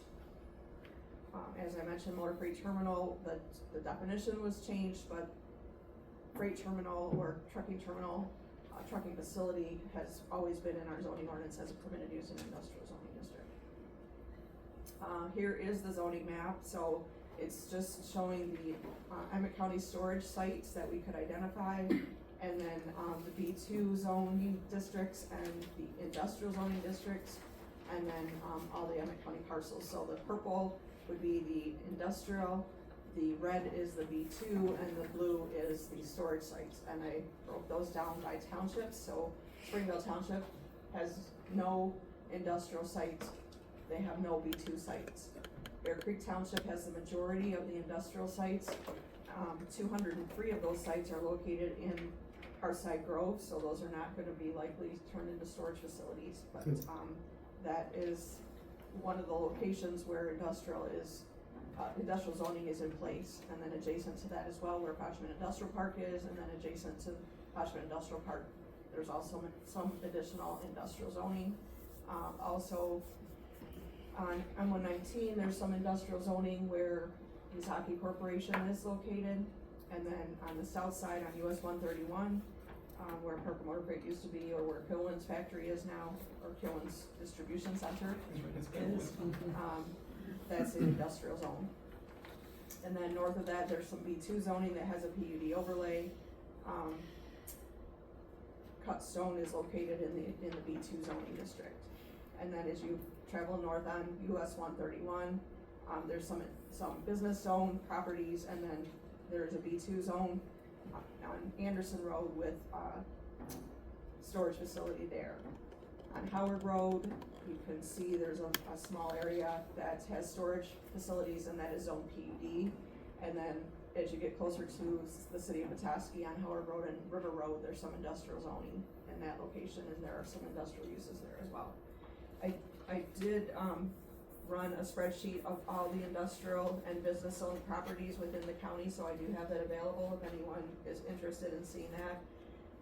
A lot of those industrial uses for storage are kind of minimized, so it might look like there's 6 or 8 parcels, when in fact it's one parcel with one building on it that has 8 different tax ID numbers because it's owned by multiple people. Littlefield Township, Friendship Township, and Maple River Township, there is some limited industrial land, well, as you get into Pelston, but mostly on the north side, so it's outside of Maple River Township, and it's in McKinley Township around the airport. Littlefield Township has some industrial north of M68 in Keystone Park. On the south side, Northland Self Storage is within a PUD. And then there's some industrially zoned properties on Milton Road that are part of Elmer's location, and H&D, or formerly H&D, owns in that area. And then Friendship Township has storage facilities within a PUD at Stussmanville and State Road, but no industrially zoned land. And then there is B2 zoning along the highway in Maple River Township, very limited. And then as we travel north, Redmond Township has one small pocket of industrial land that's on State Road, and there is a storage facility located there. And then the rest of Redmond Township, Center Township there's a couple of pockets of B2 zoning, but no industrial zoning. And then as you get into McKinley Township, you can see around the airport, and then across from the airport, there's privately owned properties that are zoned industrial. And then moving forward up into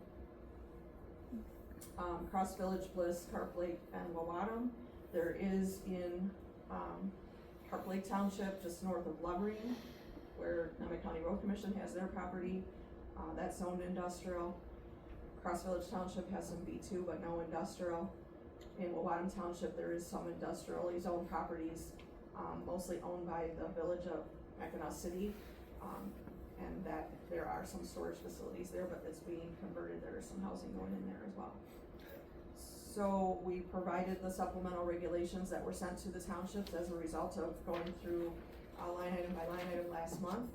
And as I said, it was reformatted, so the general standards were listed first, and then the screening, which there was some discussion about screening, kind of was left a little bit open, and so there were some things added there.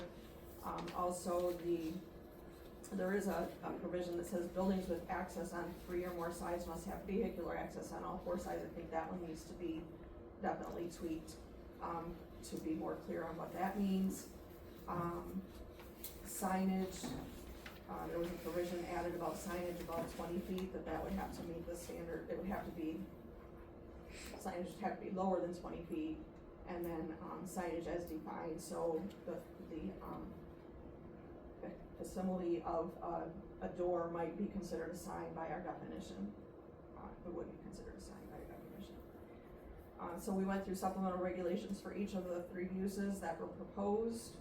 And then also there was some concern about the lighting from inside the building projecting outward, and so Brad, our legal counsel, put together a line that would be added to the outdoor lighting section of our zoning ordinance, that indoor lighting that glares outward has to meet the standards of that ordinance, and that covers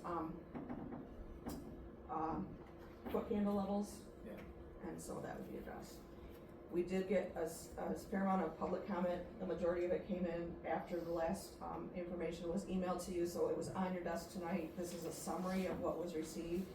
Jackie Hall sent in her comments about commercial storage and self-storage, and she had already commented, so I won't go into detail on that one.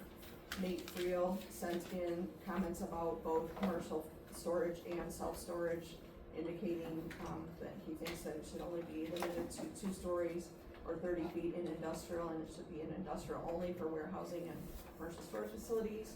And self-storage facilities should be limited to 15 feet in height. David McBride also sent in a letter that you received via email and also on your desk this evening, and he's gone through what his comments are. Bob Gargaro sent in a letter or an email. He is concerned that the commercial storage should go in industrial only and be set back 300 to 400 feet from the state highway, and then multi-level and industrial only for self-storage facilities, and in B2 at least 300 feet setback, and then 20 feet maximum height, as well as a limit of the size to 8,000 square feet. Kyle Wright and Christina Peathers indicated that for commercial storage facilities, there should be a greater setback than self-storage facilities. Multi-level facilities and facilities with loading docks should be in industrial only, and then self-storage facilities should be limited to 1 story and a height of 15 to 20 feet. Haley Hall indicated that warehousing should be industrial only, as did Joseph Sudak and Chief Welsheimer, Fire Chief for Bear Creek Resort Fire Departments. And then Joseph Sudak also felt that 1 story and 300-foot setback should be required for warehousing. And then large scale self-storage facilities, Haley Hall felt should go in industrial only, and Joseph Sudak felt that self-storage facilities should be 1 story only, setback 300 feet, and only in industrial. And then we did provide you with examples in our community and outside of our community. So this is Northland Self-Storage. What we did was we took the standards as you suggested they be proposed or amended, and applied them to existing facilities within our county. And then as you look through the documents, it indicated whether or not the standards were met. So with this Northland Self-Storage, it met the perpendicular requirement, perpendicular from the primary road, which would be M68. The buildings were not set back 200 feet from a state highway, so that standard wouldn't be met. Sign standards did appear to be met. Screening, there would have to be additional screening. And then we measured the walls. I don't know if anyone was able to go out and look at it besides Brian and Jennifer, but we measured the walls on the front of those buildings, and they were about 14 feet tall. So that's what a 14-foot screening wall would look like. So they met that screening. Incidentally, they have the self-storage facilities or portable storage units in the back, and that's set back more than 300 feet. I think it was about 366 feet, give or take, from the state highway, and it's fenced in, and it's behind the main building for the majority of it. Conway Storage on Fochman Industrial Park, this one would meet the perpendicular requirement. It would require additional screening according to the standards that have been proposed. This is zoned industrial, incidentally, and Northland Self-Storage is actually zoned PUD. Riding Marina is on Keystone Park Drive, that is in Littlefield Township, and it's zoned industrial. Generally, it would meet the perpendicular requirements, and the buildings, and outdoor storage are not visible from a public road because they're between the buildings. And this is compliant with what was approved by the planning commission. We also looked at the, U-Haul that was proposed last year to see if this would meet the standards that are proposed, and it would comply with the perpendicular standard, it would comply with the setback, it would not comply with the sign standards that were being proposed, and, it would require additional screening. It did meet the general requirements for access parking and the 200 feet setback from the highway. And then the loading dock on the building that is in the middle there, that one faced the highway, that was proposed to be screened, but it would have to be screened to a higher degree than what was proposed. And then we looked at some off-site that, photos that were provided to us from others. This is something that's, I believe in Florida. This one doesn't meet really any of the standards that we would have, assuming that road might be a state road. It would meet a setback. Doesn't appear that it even would meet the 30-foot setback, and it's adjacent to a waterway, so it really wouldn't meet the setbacks and wouldn't be compliant. The signage, that monster self-storage signage, would not meet our ordinance as proposed. And it has insufficient screening as well. And then this is an example really of motor freight terminal, the way that I envisioned motor freight terminal. The one on the left is in Indian River. It's a relatively new one. It's right on Straits Highway.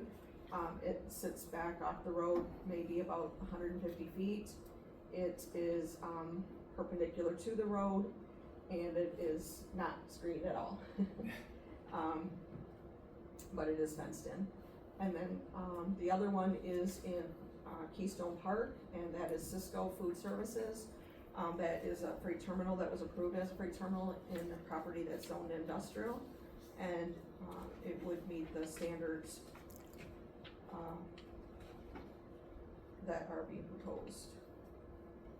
That one Because is there are no supplemental regulations. Yeah, if I may, sorry, that one is curious for those that have been down there, cause there is no terminal.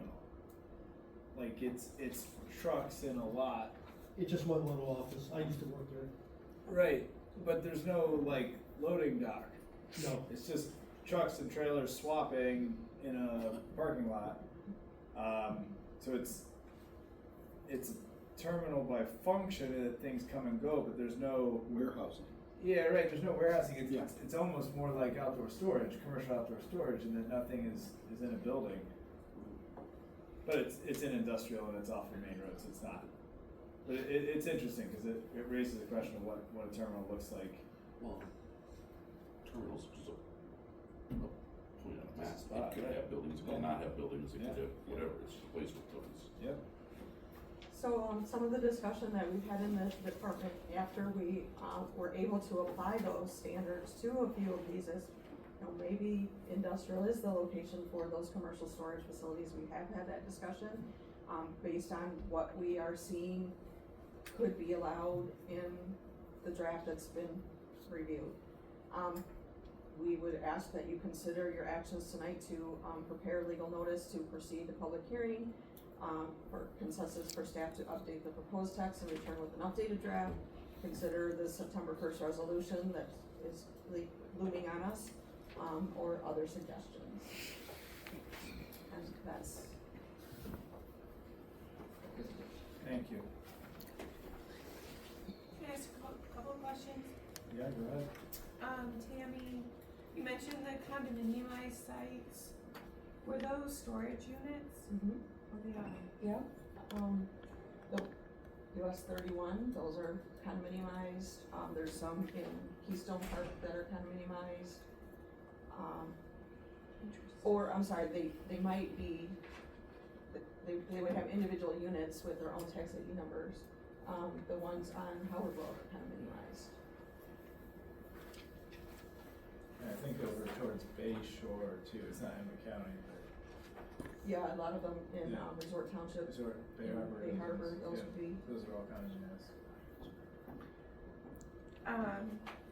Okay, so that was one of my questions going into this meeting, so given the self-storage facility definition, does tenant still work? I think so, but I just wanted to, or that's kind of owner controlled then too.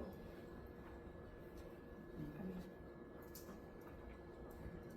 Yeah, I mean, also, these definitions have some leeway both way, like, it's like, you know, characterized by indefinite periods of time. sure, there's other giveaways. Right, so it's characterized by tenant-controlled access. It does not state it as a stipulation.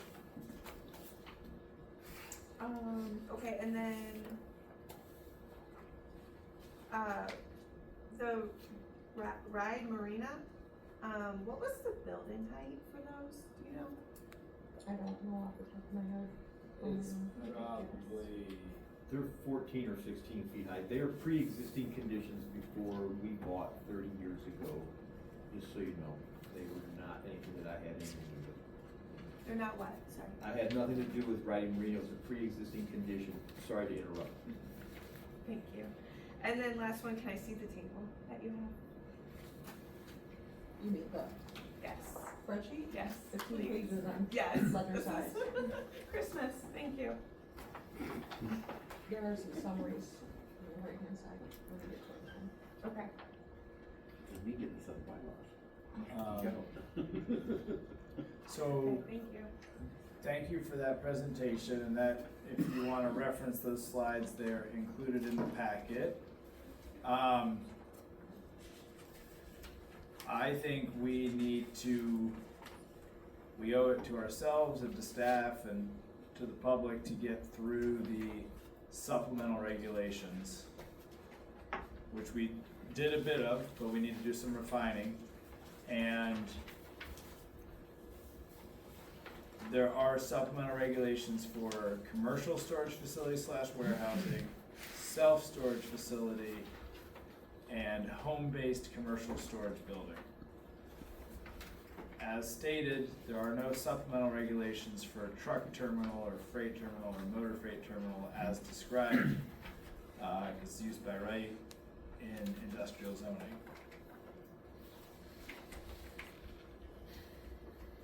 So,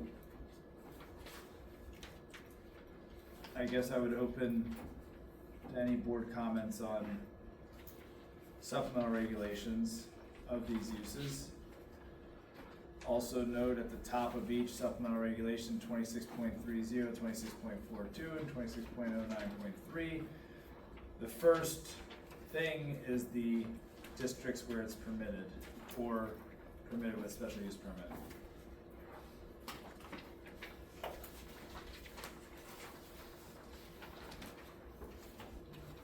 Also, was everybody, I know it was just on the desk this evening, was everybody able to read the, all of these refer to, or the first two anyways, refer to, proposal and site plan must meet the standards of the local fire department, which is a pretty common requirement for our cases.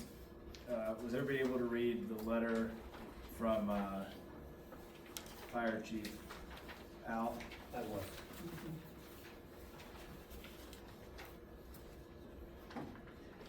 He noted that reviewing the proposed text amendment and looking at how neighboring Resort Township addresses this issue, their zoning ordinance places commercial storage and warehouse facilities within industrial zoning districts, and we believe adopting the same approach in Bear Creek Township would provide consistency with neighboring townships while promoting sound land use planning and public safety. From the fire department's perspective, we strongly recommend that commercial storage and warehouse facilities beyond single unit storage be limited to industrial zoning districts. The nature of the materials that may be stored in these buildings is often unknown, creating potential fire and life safety concerns. Larger commercial storage and warehouse facilities can contain a wide variety of combustible, hazardous, or otherwise dangerous materials that increase the complexity and risk of emergency response. In addition, allowing commercial storage and warehouse facilities in other zoning districts could increase the risk to neighboring properties in the event of a fire. These developments may also affect firefighting operations and emergency access along the transportation corridors leading into and through our community. For these reasons, we believe that commercial storage and warehouse facilities are most appropriately located within industrial zoning districts, where they are better suited to the surrounding land uses and where fire protection planning can more effectively address the associated risks. And right now, we've got them allowed in B2, which is not Correct. that. Yeah. And I want to be clear to distinguish that is a letter from Resort Bear Creek about text amendments, about this text amendment.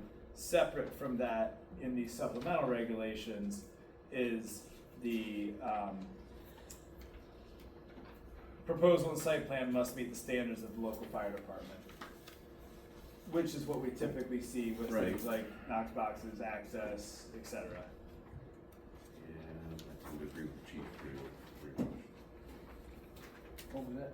He tends to agree with the chief pretty much. Agree with the chief, as in it should be an industrial.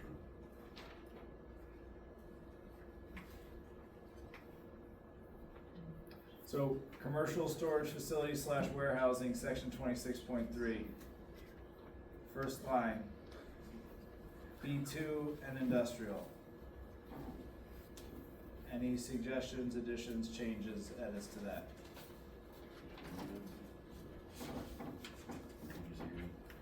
26.3, yep, it's right at the top, says B2 and industrial. On the land use matrix, yep. I would say just industrial. Other thoughts?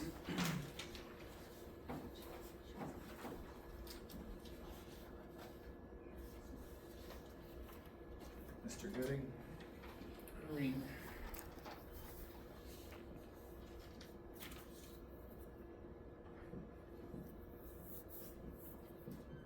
And if we collapse the commercial storage facility warehousing into only industrial, we don't need the supplemental regulations, because they're permitted only in industrial, and we would not have them permitted in B2 with any supplemental. Is that correct? I don't think that's correct. I think you could have supplemental regulations for any use. Okay. It just in this conversation, in this context, truck terminal or freight terminal as it's currently in our ordinance does not have that. Does not have, We could okay. choose to just, if we didn't wanna rock the boat on the current land use matrix and the current ordinance, you could theoretically adopt the same supplemental regulations we come up with this for truck terminal as it exists, or combine it. If you don't wanna combine them, you could apply them, Okay. as I understand it. A key distinction, for instance, would be like Article 14, which defines the industrial use as a 30-foot front yard setback for industrial unless there's, a supplemental regulation. This, as written, is saying, a minimum of 200 feet from a state highway right away. B2, which is Article 11, would be like a 25-foot, front yard setback, and this would be saying 200. That would be some of the distinctions. Another big distinction without supplemental would be the screening standards. So supplemental regulations is where you could specify more clear screening standards. Without doing so, it would revert to the typical standards for that district.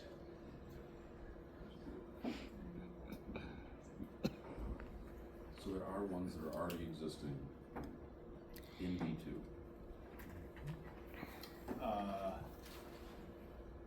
You're saying there are commercial storage facilities slash warehousing Yeah, that was supposed to have a question mark on the end of it. in B2? Well, Meaning they'd be grandfathered in if there were to where they're at, but I do think if they are there, then the screening and the setbacks and everything makes perfect sense to me. if they are there, could you expand on that? Well, if, You're saying an existing one that's not screened should be more screened? yeah, I think But I We can't really do that. Yeah, I think know, you said I they know, were I'm just saying. grandfathered in, right? Yeah, That's where I think this was, you know, yeah, that's a good point, maybe I'll pull all those comments back then. right, that, I think that's the interesting part of the presentation on Yeah. the different uses is you can see what is or is not, you know, Yeah. quote unquote compliant. You know, if one of these, Lord forbid, burned to the ground, it would have to be rebuilt to the new standard. New standards. But it right. doesn't mean Okay. that all of a sudden the existing ones have to go plant more trees and build bigger walls. Okay. Yeah, okay. So we could.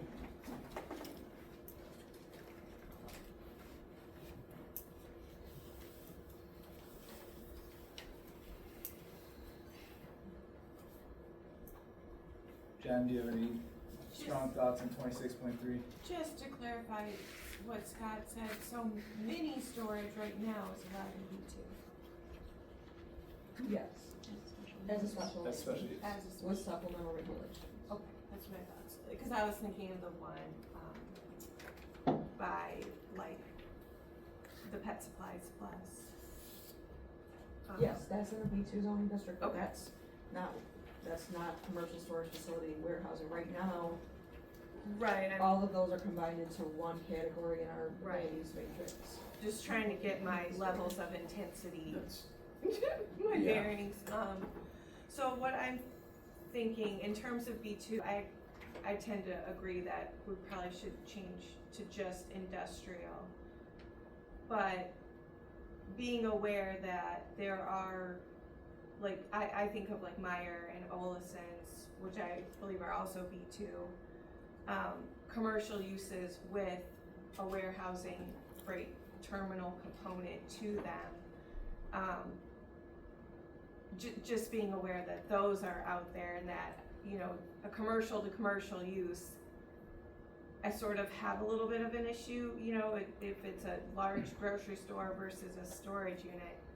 I don't know if I see a lot of difference in that, but I do tend to say industrial's probably a better location. So I'm kind of grappling with that.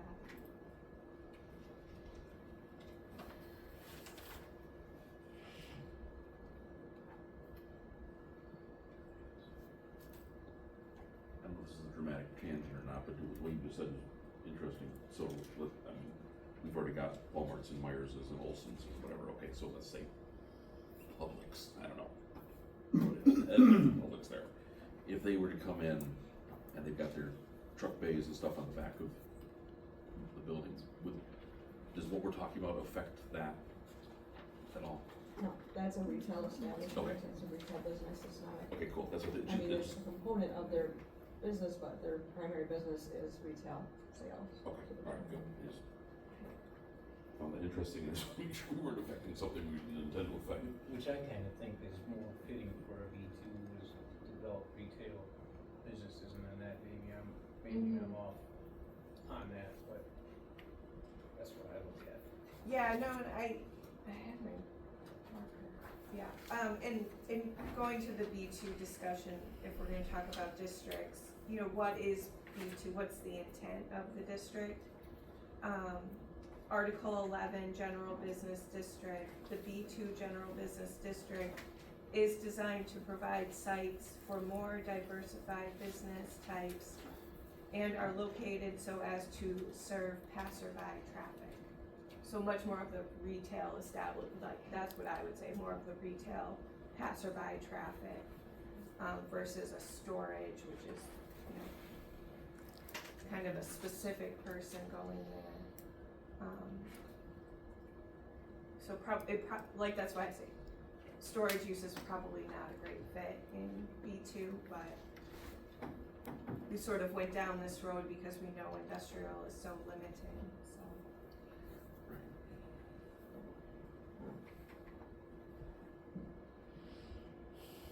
So, if, to try to guide us here, the conversation of commercial storage facility warehousing as industrial only could affect how we see the supplemental regulations.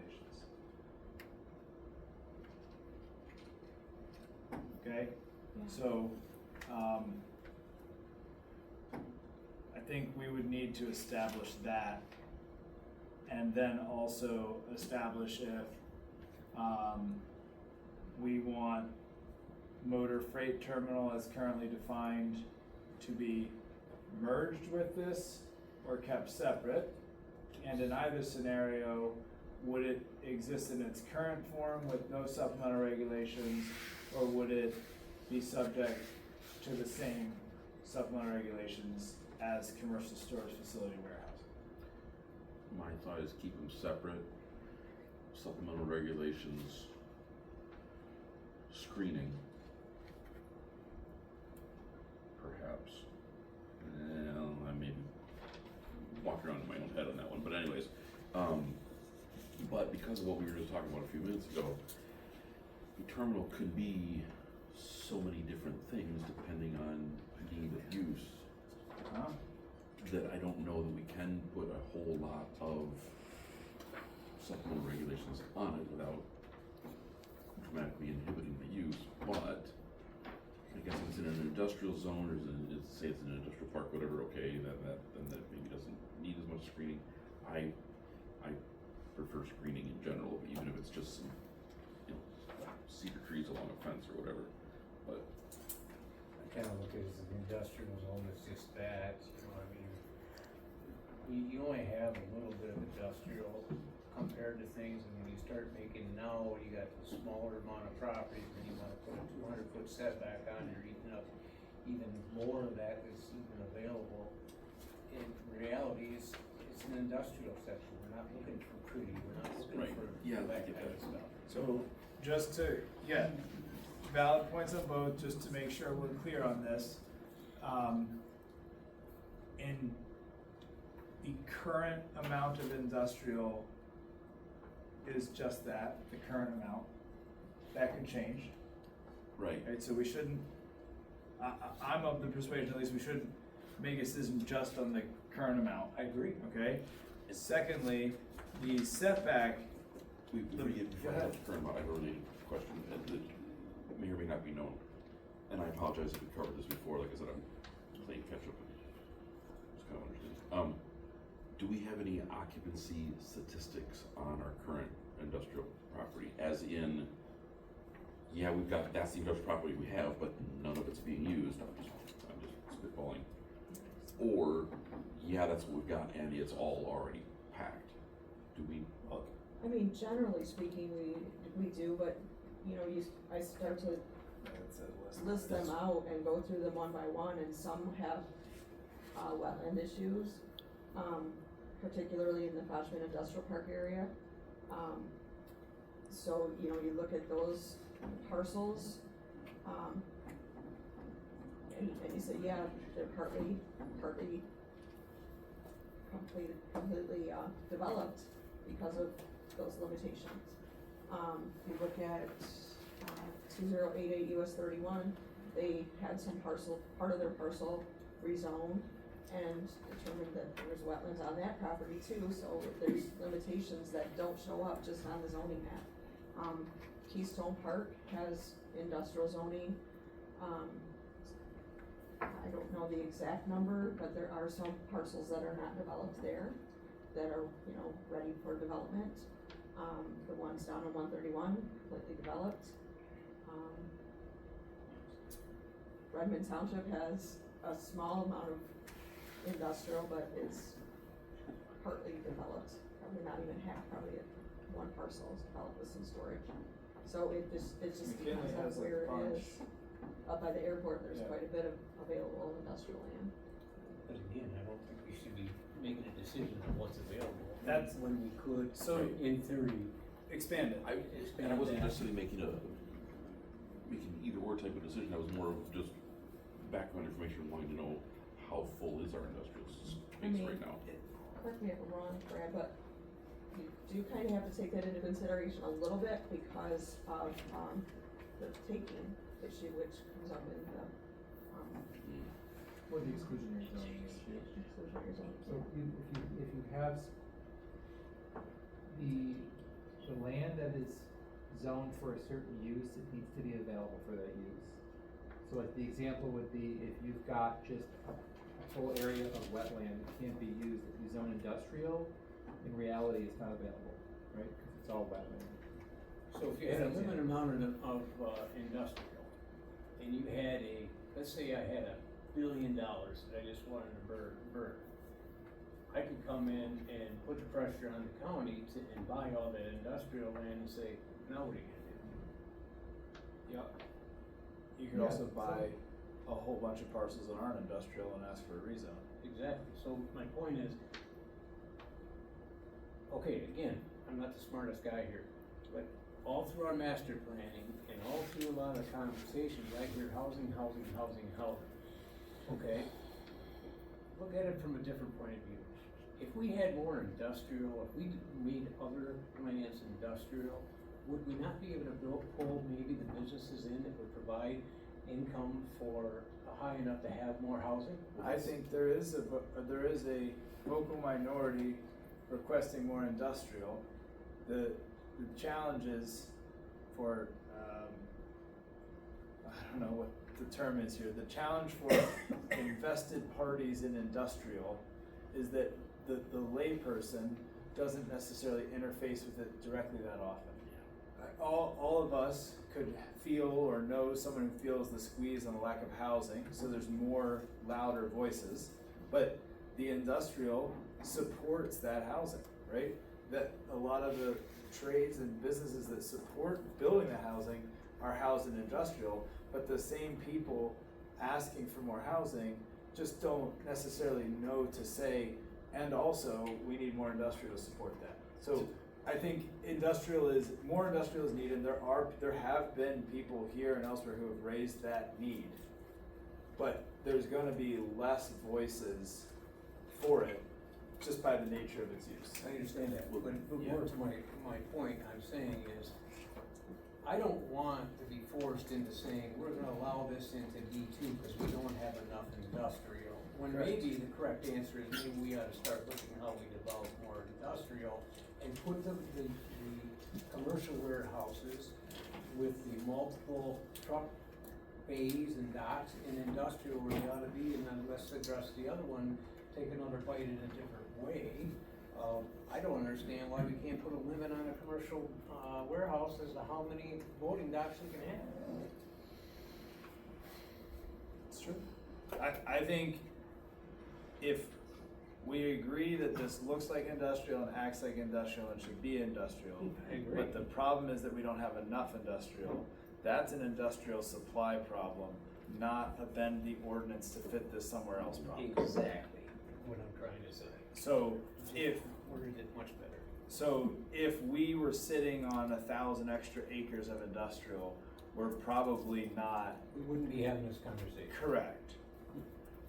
On the exclusionary side though, I do think there's a challenge of like, if the industrial exists but it's owned not by the person who wants to use it, that still exists. It's the wetland component that makes it not. I just use that as an example for what's actually developed, could be developed for the use. So that's the other challenge as that map currently paints it is you could have people squatting on industrial property who own it and are just not sharing it. But that is technically available. Right. Then the other, sorry, I didn't mean to. You could, if you really wanted to build something industrial where there's already something industrial, you could offer enough to buy it, tear it down, and build your thing. So I do think that there's a supply and demand component on the industrial. Yeah, just to be clear. Go ahead. The other thing to consider is like, what is the demand for, when you're moving the use into a certain district. I mean, if you're concerned about the exclusionary zoning piece of it, the question becomes, what is the public demand for that particular use? If the amount that's available meets that demand, then there's no issue. You're fine. Yeah. I just think what I'm hearing is, under the current definitions, it belongs in industrial. Yeah. we're just sensitive to the fact that we're industrial limited. And But that's I think not that the should problem. not be our decision. The other thing I wanted to call attention to is in this ordinance, on the setback conversation, that the, as drafted, it's for uses fronting or in the vicinity of a state highway, the setback should be 200 feet from the state highway right-of-way line. Okay, so in the example of Foxman's a public road but not a state highway. Keystone is a private road and not a state highway. So this 200 feet is not penalizing those uses that are not, right? Now there could be, some of these could be both on a state highway and a private road. When we went to Northland up on M68, they're on a state highway, but also, share an access road. So that would be different. But just to make sure for the good of the order, we're understanding here, this isn't just a setback on all four sides from everybody else. This is from the state highway right away. Correct. And in Article 14, your standard setback without any supplemental, from a front yard is 30 feet.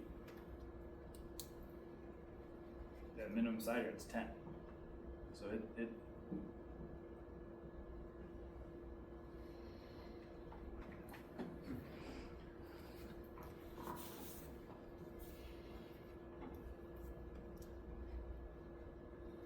So, we need to provide staff and the citizens of Emmet County guidance on this. So for the supplemental regulations for commercial storage facility and warehousing, are we hearing that the consensus is that it's an industrial, not B2? That's what I'm saying. Does anybody have a different opinion on that? Okay, so then, that being the case, we could view these supplemental regulations for 26.30 with the lens that it's industrial. And so, we can go through the general standards, but it's gonna basically boil down to, setbacks, signage, screening. It's gonna kind of be like those key components. And height and things, but if it's an industrial, we can also defer to the parameters of industrial.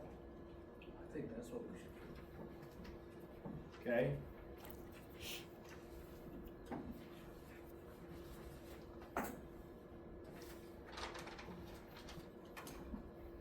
So, our point one, under general standards, storage and warehousing uses shall not occupy property bordering lakes or rivers not intermittent identifiable on the USGS maps of Emmet County. You good with that? Yes. Okay. Then, this is where what we're just talking about matters. Dimensional requirements of the applicable industrial district, including setback and height standards, shall apply to all buildings, outdoor storage areas, and access drives. So it's basically assigning the burden of dimensional requirements onto the industrial ordinance as written.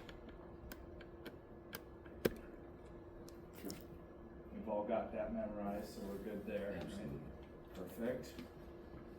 So then for uses fronting or in the vicinity of a state highway, buildings and outdoor storage areas shall be set back a minimum of, as written, 200 feet from the state highway right-of-way line. So this is revealing my denseness again. Is that applicable? Do we have industrial? Of course. Okay, then Yeah. Then yes, then leave it there. You could, But then again, why? why is it applicable?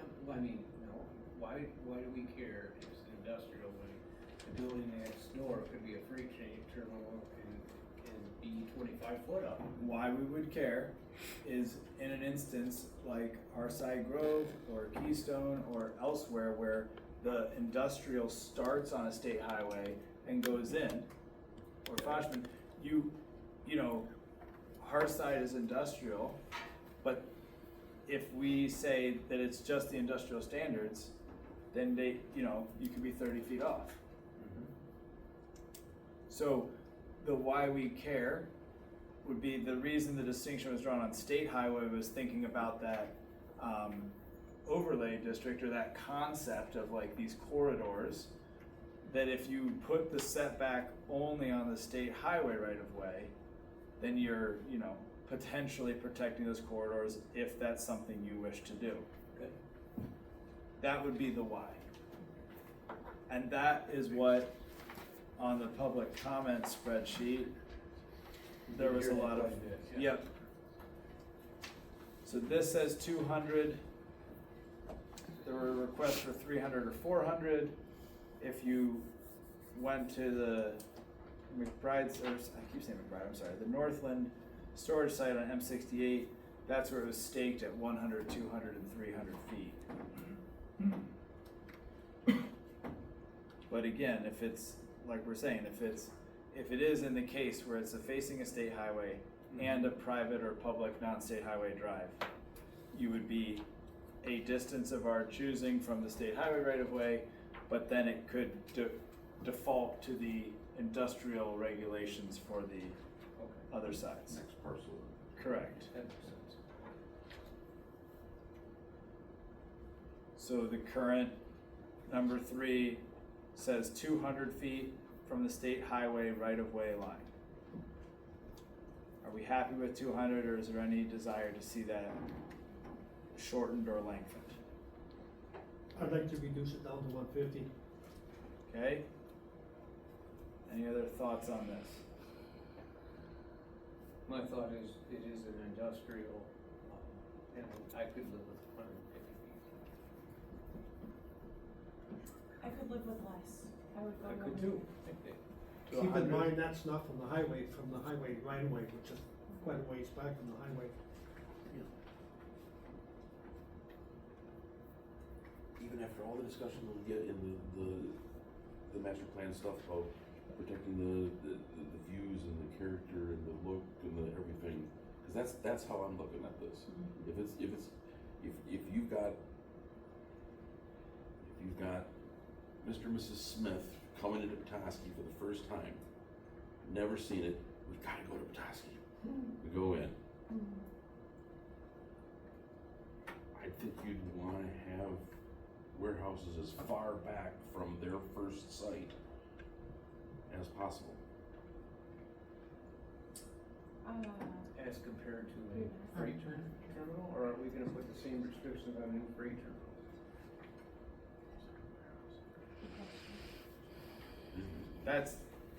That's why I think it's important to get this right, and then decide, is freight terminal part of 26.30, or do we just copy paste these supplementals and apply them to them? I agree, I'm just Right. opening up the conversation. Yes. It,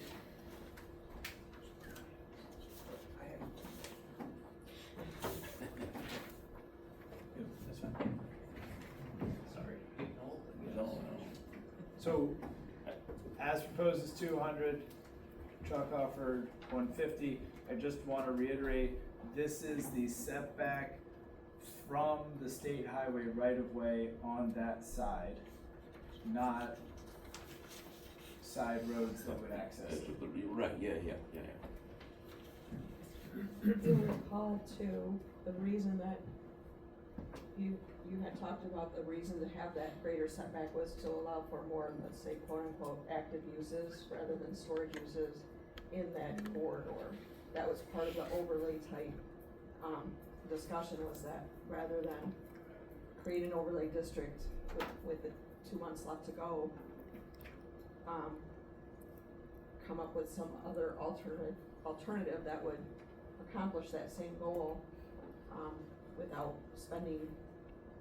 I mean, it is something that I think that we should consider and continue to work toward, this overlay district, but it's not something that's gonna happen in 2 months. So that was kind of the reason behind that. I think Jenny had brought up last month through email that there aren't any other uses of this type that are required to be set back 300 feet or 200 feet. And in the information that was provided, I think that we did indicate which uses had greater setbacks, and it was like sawmills and things that were, you know, usually louder, much Kennels, more intense. Recycling facilities. recycling, kennels, boarding facilities, Waste collection, sanitary landfills, that kind of thing. junkyards, or scrapyards. You know, this setback, with the current amount of industrial that's undeveloped in Emmet County, wouldn't affect that many properties. But I think in a future-looking planning mindset, more future industrial, there's a more compelling case to put that on main roads and major thoroughfares. So even though we might not have more than a handful of instances where this would come into play, I do think if we're looking forward, it would behoove us to acknowledge that future industrial might be on those state highways. And that was, you know, that was a key, for me personally, that was a key sort of aha moment visiting Northland on M68, seeing it staked out. Yes, yeah, that, But like, I would've. you go back 200 feet from the state right away, you could conceivably fit a business between the right of way and the 200 foot, but that business would not have a lot of room for parking in the front and access on the back. You go back to 300, you could, you know, ostensibly have a 3,000 square foot showroom or retail store, what have you, that could have appropriate parking with access in the back, you know, thus then screening the subsequent use. So, you know, that was a really interesting way to think about it, because in some ways, if it's 200, it could feel like going 150 or 100 is being, you know, more supportive or less restrictive, and it could feel like 300 or 400 is, you know, maybe unnecessarily punitive or something. But with the lens of what happens in that setback, it doesn't mean that if it's 300 feet back, that setback has to just be mowed grass with trees. Right. It could be a whole grocery store in that setback. You know, the example would be like Meijer, right? In the front of Meijer is a gas station, a Taco Bell, you know, you could have that kind of a concept. And again, this is just on state highways. Yeah, then I would stick with at least the two. But I would call that the exception and not necessarily the rule. Which? Call which the exception? Having a mixed use property. We're not requiring it. Right, if we're talking about industrial, we're looking at industrial uses. I mean, it's not a commercial corridor, it's not a retail area.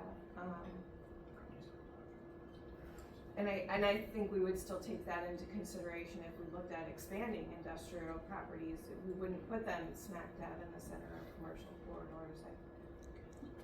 The zoning has to be appropriate for the area. For me, in terms of aesthetics and yes, corridor improvement is very important. I'm not, but what I would rather see is like at least partial screening, really nice landscaping, really nice signage, a really nice facade, and I think we're getting that with some of the new storage uses that come in, that So they look really nice. If you had a short distance, then you would have extra requirements as far as landscaping. et cetera. Absolutely. I can go with that. Fencing, I mean, I don't think the screening requirements would change with the setback unless we specify it. It is an industrial park. If it's an industrial park. Yeah. We have industrial uses that are not in an industrial park. Just to be clear. Right.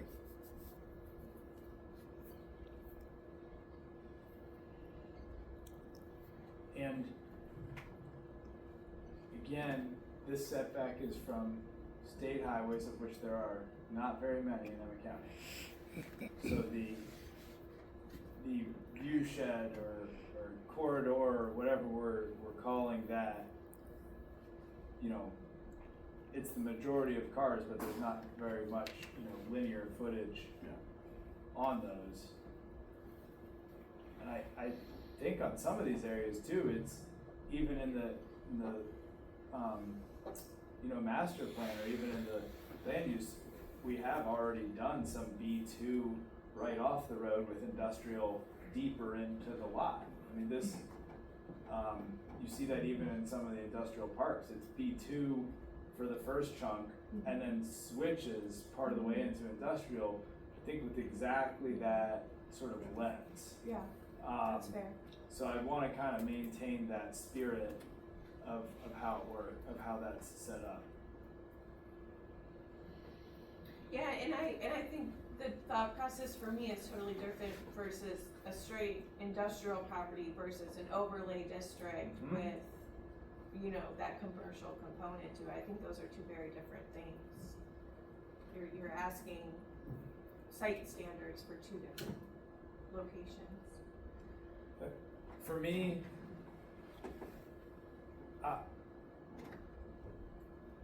I take comfort in the Article 14 industrial standards to handle everything once it's quote unquote in its place. But, they always say, oh, they're not making more waterfront, right? They're not making more lakefront, there's a fixed amount. Emmet County has a fixed amount of state highway. They're not making more. So the decisions we make now will affect that corridor for the rest of our lives.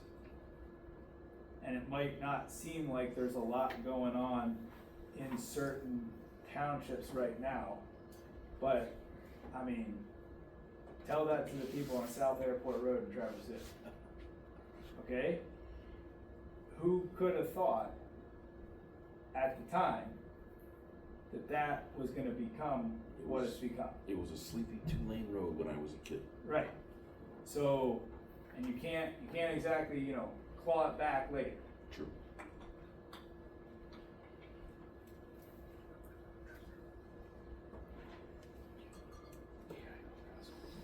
Also, if we're here to serve the public, and according to our bylaws, we certainly are, that it was somewhat unanimous for a 300, I'm missing that grid of everybody's comments. That was the other thought, the public comments that we got in was all.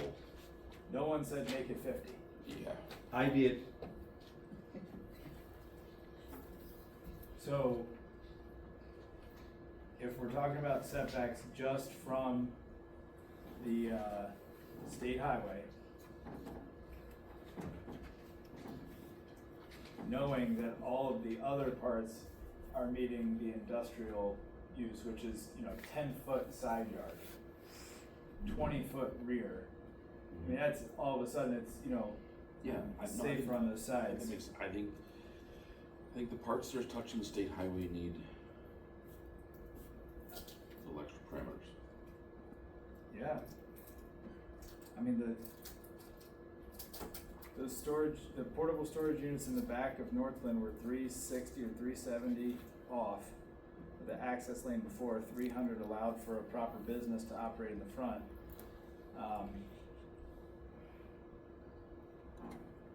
Yeah, you never get to get it back.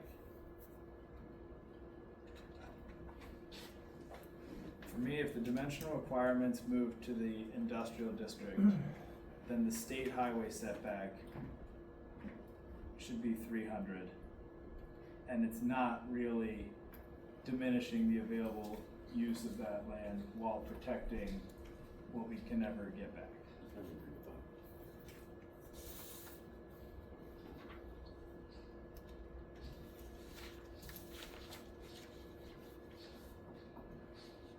So that would be uses fronting of state highway, buildings and outdoor storage areas should be set back a minimum of 300 feet from the state highway right of way. Then the parking would be provided per the warehouse standards, which you already have specified.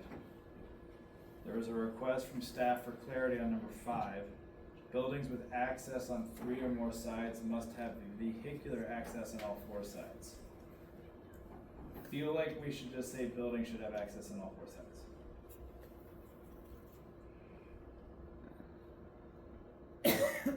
Fire department requires something like that. Well, then the next one is the proposal and site plan must meet the standards of the local fire department. Yeah. But, I guess I'm confused on what 5 actually means. Where were you going with that? Do you have me to? well, you could ostensibly have a 10-foot side yard setback. That would not, you would meet the ordinance but not be able to drive. That's what it means. Okay. I mean, I think that number 5, if you had a building that is at the setback line on the back side and you have no access on either of the other 2 ends and only on the front, I don't think that you would necessarily have to have an access drive all the way around. But you still have to meet the fire department standards, Yeah. which may require something, but this one I think was if you had doors, so the building was accessible, the inside of the building is access on 3 sides, then you have to have vehicular access on all 4 sides. Yeah, so if the back, quote unquote, well, it doesn't even say back, if one of the 4 sides had no doors whatsoever, then you could ostensibly put it 10 feet from the side yard or 20 feet from the rear yard if it had no doors. As long as the fire department says it's okay. So in that way, we have some cover in the districts where the fire department weighs in. Okay. Or we just say it has to have it on all 4 sides.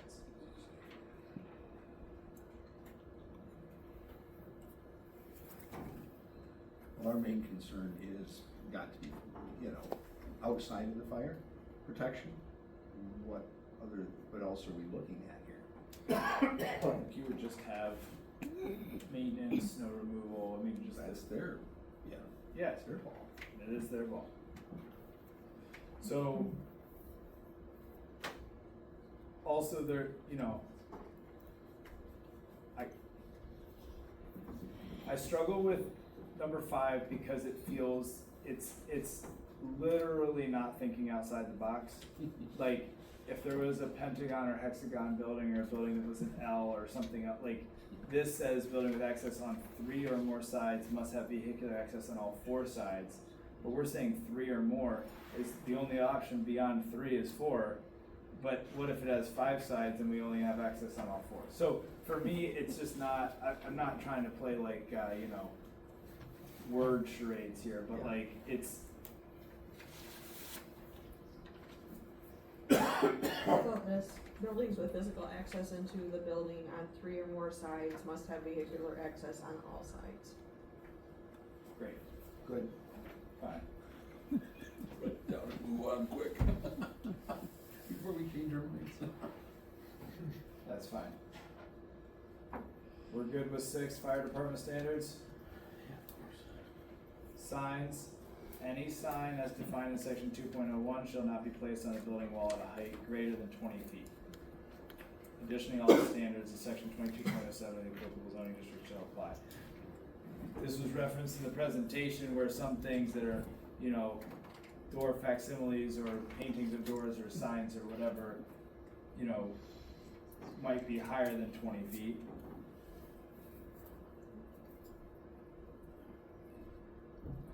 Yeah, I don't know if it's necessary.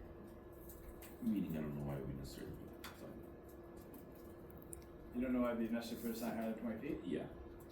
I mean, monster storage, put it right at the top. Again, I don't think it's necessary to put a sign. Oh, you're saying this is adequate? Yes. Okay, sorry, I thought you were saying why would anybody do Oh, that? I'm like, God, yeah, no, it's sorry, definitely. no, I don't. Then screening. Required screening, including landscape plan shall be identified in site plan consistent with screening standards subsection B. So this is where we get into screening, which admittedly last month was left somewhat vague, so this is a cleaner attempt. I think there was words like intense screening, and it was a question of who's defining the intensity. So, I'm sorry I missed last month. It was a lot of fun. loading docks or overhead doors 80 square feet or larger shall be fully obscured from public roads. or any residential uses with a continuous visual screen. Screen shall be achieved at a height equivalent to or greater than the height of the loading docks and or overhead doors. Outdoor storage area shall be identified in the site plan and shall be fully obscured from public roads and any residential uses on adjacent parcels with a continuous visual screen. Screening shall be achieved at a minimum height of 12 feet prior to issuance of a certificate of occupancy with the combination of permitted screening features. And then they're spelled out in 3 there. A minimum of 2 rows of staggered and closely planted evergreen trees, existing evergreen vegetation which meets the standard, solid privacy fence or existing or proposed buildings located on subject property. Any comments or thoughts on screening standards?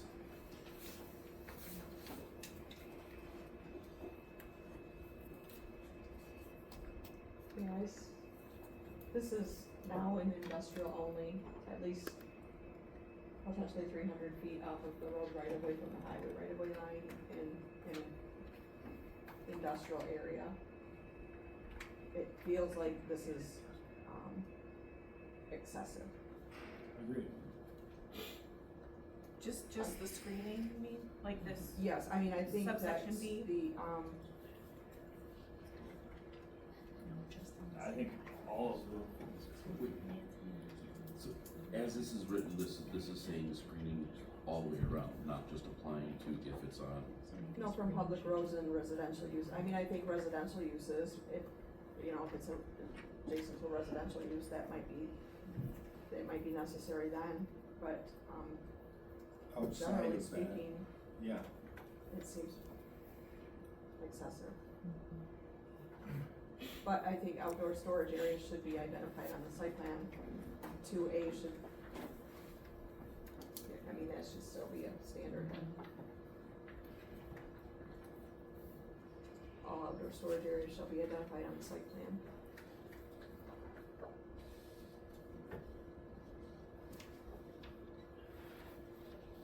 I concur with that. So, Yeah. I mean, it's saying right there, it should be identified on the site plan, anything outside should be fully obscured from public, roads. You know, I think that kinda makes sense to me, but I think we're already putting 300 feet off of it now, and then to have all these screening. It seems I mean, you're excessive. putting- It just seems like Yeah. we're requiring it much farther back for that reason. I don't know if we need that intensive screening, it's one or the other in my mind.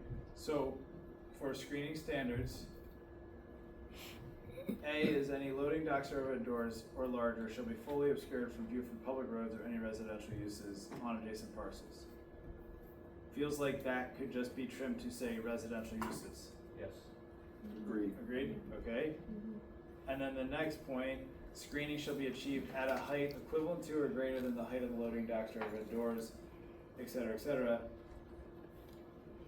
That should still be okay because it's just supporting adjacent residential uses. Right. Okay, so that sort of refers to itself. Outdoor storage areas shall be identified in the site plan, shall be fully obscured from public roads and any residential uses on adjacent parcels with a continuous visual screen. I think, We could just be that, just residential?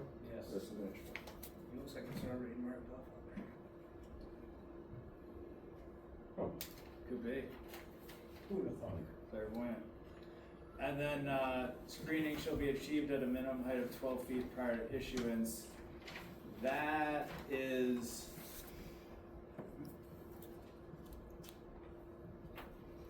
still referring to A. Agree?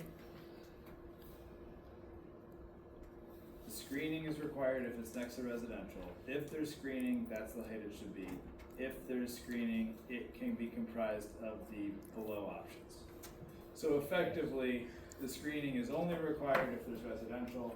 Otherwise, we have comfort in the 300-foot setback and the fact that it's an industrial. Yeah. I agree. That should be spelled out. That's what, yeah. So we just did. Okay. So one real quick clarification before we move on. Is it the consensus of this planning commission to modify A3 to change the setback minimum to 300 feet from the state highway right-of-way line? That was the sense I got. We could do a voice vote if we'd like. All in favor of moving the setback from state highway right-of-way only to 300 feet with no screening requirements if it's 300 feet? Signify by saying aye. Aye. Those opposed, same sign. Aye. Okay. So it's the consensus of this board that that's 300 feet. And I think when we get to the screening standards section, the exchange is that there's no requirements because you're 300 feet back, unless it's a residence. That was easy. I would propose a 5-minute recess for water and bathrooms, and we'll return after that. Yeah, go from your local sponsors.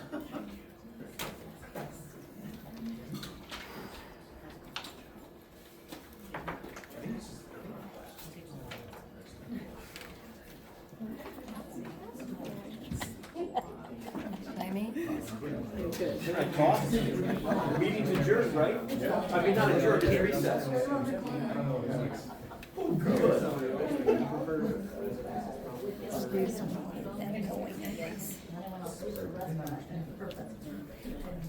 Under A3, when it says for uses fronting or in the vicinity of state highway, can you guys think about defining vicinity? Because that is pretty subjective, so it's kind of like the intensity. Yes? Can I talk? It's on recess. Well, that would just mean that it's within. But what's within the vicinity? Yeah. See, we If it's talk about greater, fronting. if it's greater than 300 feet away, then it's an encounter, it doesn't matter. So you could be, let's say you have, here's the state highway. Well, the initial Here's- one was here's sent parcel out, here, so the here's public my hearing parcel. will be scheduled. I'm not And fronting, then our planning commission is gonna but review if you're it. still within 300 feet, That's or the it has to apply. Even if your parcel is This not is a fronting parcel. Correct, that's what I said. These are pretty. That's how, okay, so you defined it, thank you. Yeah. You defined it. Like my comment. I don't have to agree with Yeah, it, but you defined it. I That's- understand. First, No, there's thank different, you. there's all these different tools, there's the text amendment, there's the zoning overlay, there's. You know, there's you the said that. industrial zoning, so I think they're kind of getting, you know, one thing's not gonna solve You know, I just don't understand the They're all whole different scale. tools. And I understand, we want to protect some, You know, they're changing the things like that, but supplementals, there's they're also expanding the definitions, property rights defining of uses, people, the use and, matrix is you know, getting changed, the zoning we district don't- requirements are getting changed. right, if you view over There's some pretty someone's land, substantial changes, it's not minutia. you know, that's a little bit like, again, a filtered view versus I kind know. of like substantially taking it back. I think filtered You can tell me this all you No, I know, I'm want, just but talking I out have- loud, no, I'm talking out loud, and I I've think already taken enough beating Brett's tonight, listening, I can tell thanks. Brett's listening, he's been, Yeah. no, didn't. Yeah, I mean, there's I can tell he's been substantial- listening, and I think everyone else, you know, in general.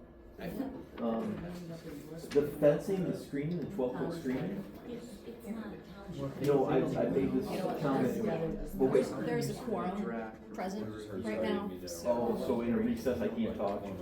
well, I mean, you're, yeah.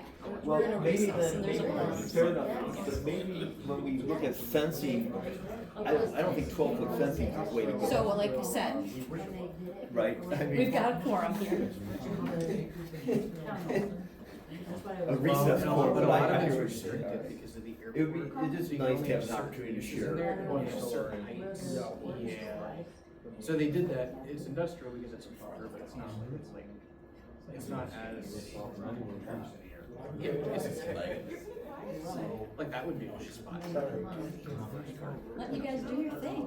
It's bad from the standpoint of it's far away from the population, but. Here to take notes.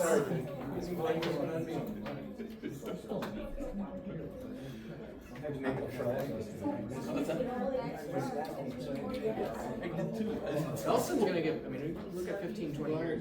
Oh, he's in New Jersey. It's my understanding he's doing some,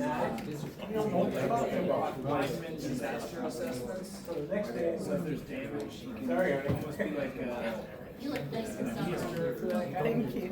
So, there's some kind of storms or something in New Jersey, so it's like an emergency response team. I think they're starting in 20, they might be starting next year, starting to do their. I think it's a good sign that he really Yeah, liked he got his money job for it. and he retired and, you know, can't stay away from it very much. Nelson was the last place that you could get a house for under 2,000. Even now it's bigger.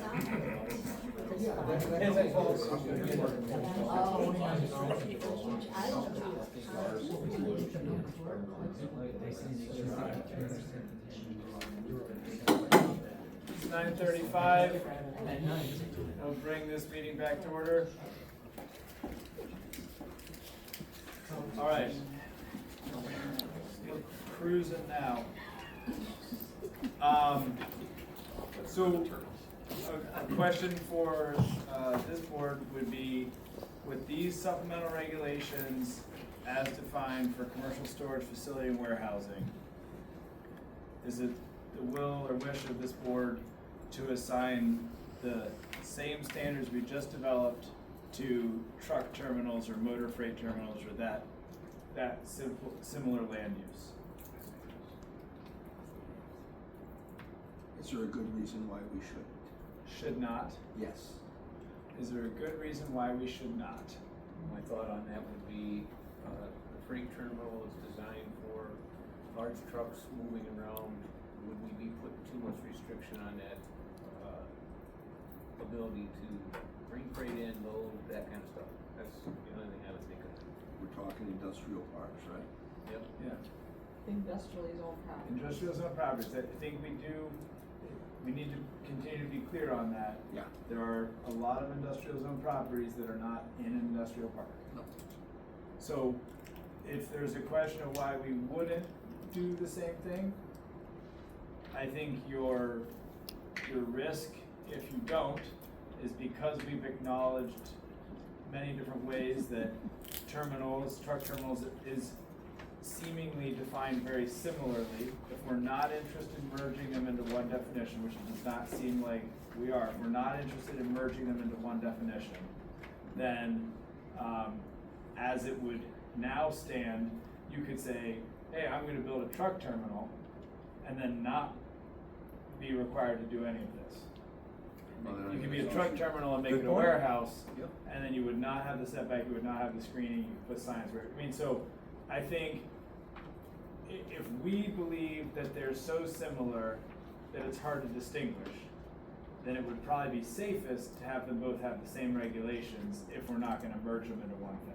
Otherwise, we're just setting ourselves up for the same exact bait and switch we were concerned about, it would just go the other way.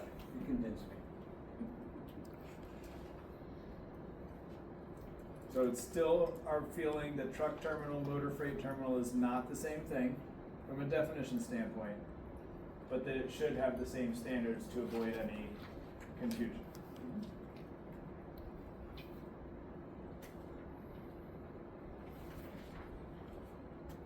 Then the next supplemental regulation discussed would be 26.42, which is a self-storage facility, formerly called mini storage. There's not a lot of changes in this compared to last month. I know a lot of people were not here last month, but the general standards are there. Happy to read through them.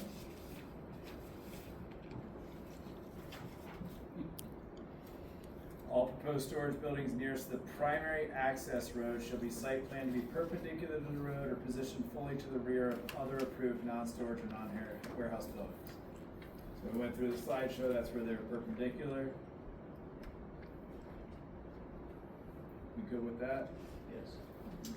Can I just ask a question though? And I probably should have asked this for the last one. This setback, we're assuming it's a front yard setback, but what if the state highway is on It doesn't matter. a side, rear? Because we're setting up the setback to be to the right of way, not whatever the front or side yard is. The road right of way is never the side, it's always the front. And if there's two, then there's two fronts and two sides. So if the access to the site were not on the state highway, but it were to the side, it would be considered a front. With the Like just at access, the corner. but the access has no bearing on the setback.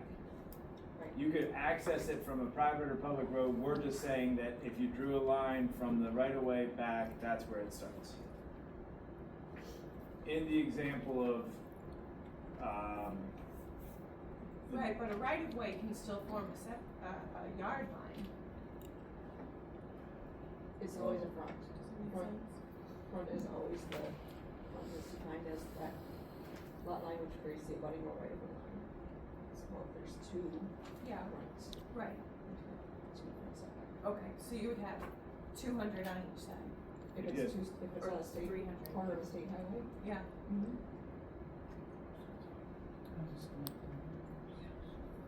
speaking of, number 2, Oh, for properties fronting or in the vicinity of a state highway, storage buildings and any building greater than 15 feet in height shall be set back a minimum of 200 feet from the state highway right-of-way line. So this is the setback of a self-storage facility. And that is a 200-foot setback if it's on a state highway and it's taller than 15 feet. So this language came out of the conversation of single story, feels like the sort of, self-storage, mini storage we're used to. So this is if you're going past 15 feet and on a state highway, Okay. then the setback applies. But if you're under 15 and not, you're right where you were. And this is in B2 and or industrial. This is in B2 and or industrial, that's right.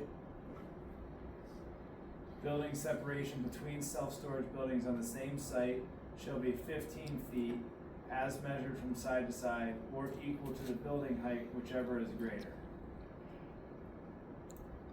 Alright, I struggle with this one, just because it feels like a word problem and I feel like we should just say 24 feet. Because right beneath it is talking about the minimum driveway aisles of 24 feet. 15 feet isn't even as wide as a parking spot is deep.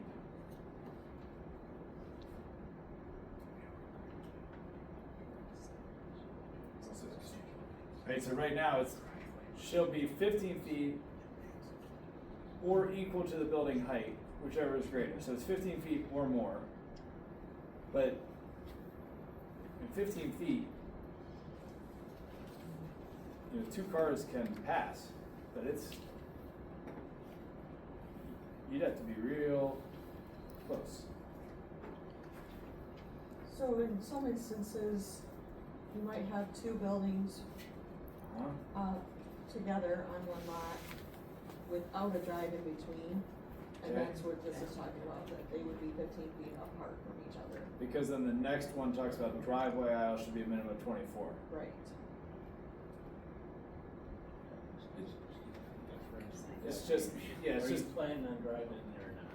yep. So you could have back to back where no doors on both sides, and that would be 15 feet apart. But if you had a storage unit that had facing each other with doors facing each other, then that would be a driveway that would be 24 feet, because that would be more to back in on those and stuff. It basically helps you optimize the site.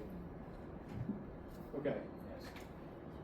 So then internal driveway aisles minimum 24, and all off-street parking areas driveway should be hard surfaced, such as gravel, asphalt, concrete, or similar material.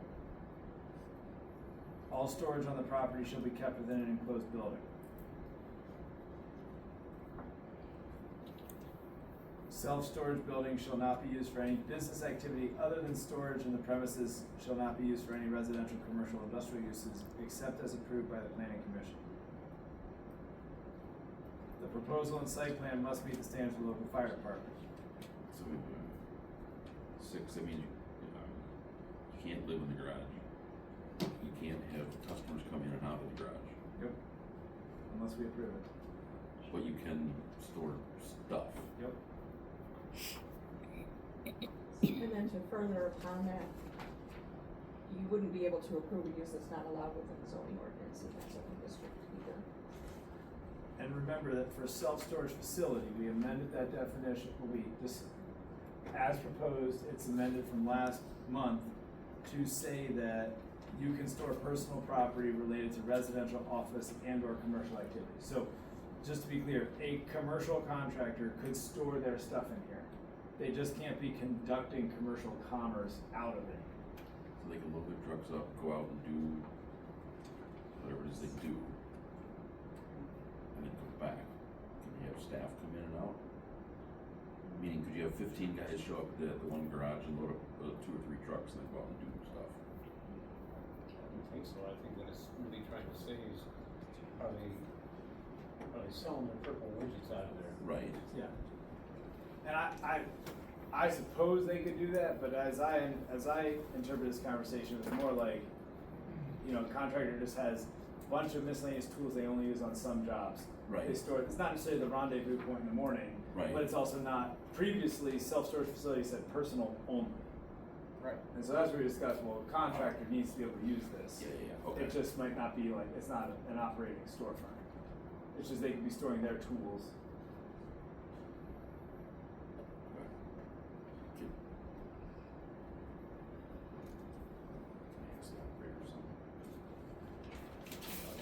Yeah.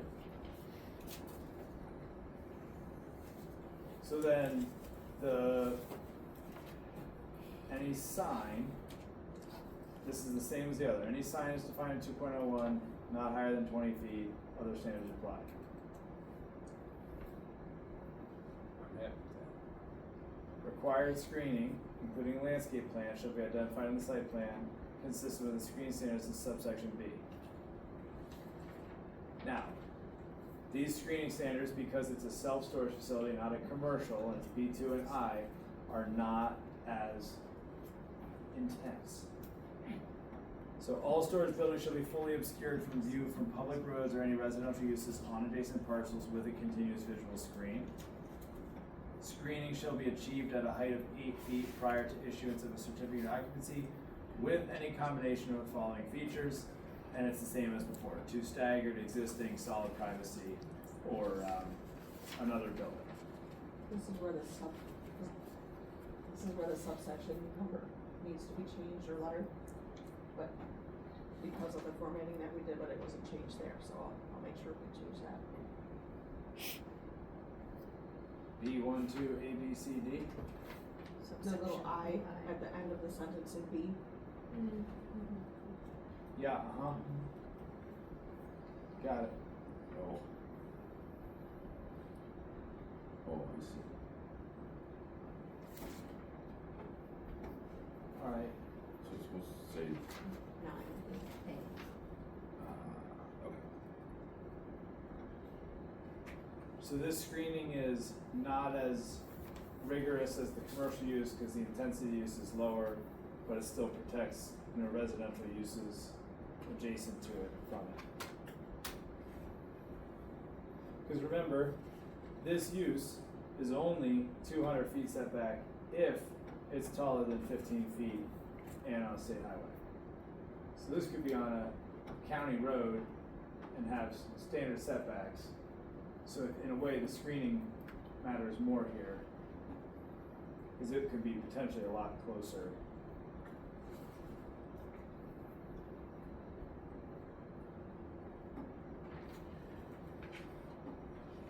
Any thoughts, corrections, additions on 26.42 supplemental?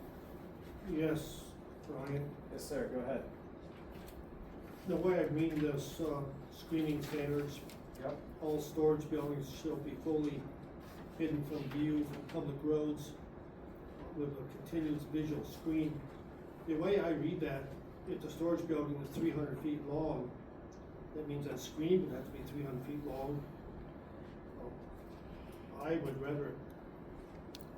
much rather look at a nice modern building than I would a 300-foot fence, solid fence.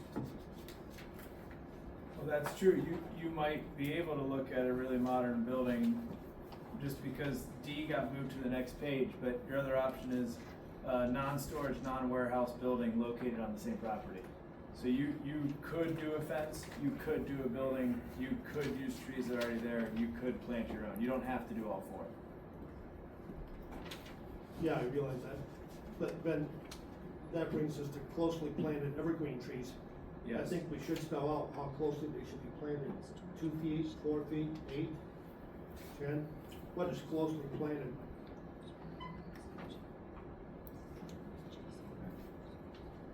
Well, that should be defined in in the screening. And that was why we changed the language to continuous visual screen, because you could start with bigger trees at a wider spacing would still achieve a continuous visual screen.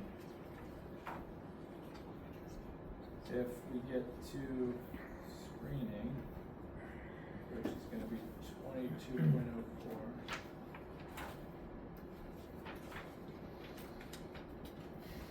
So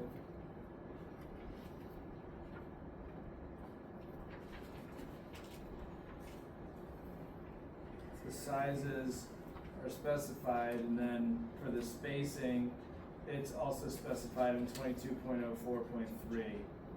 So this is another case of we've done some good work defining this before. All this has to do is establish what's, reference what's already established in the ordinance. So I think the clarity is pretty good.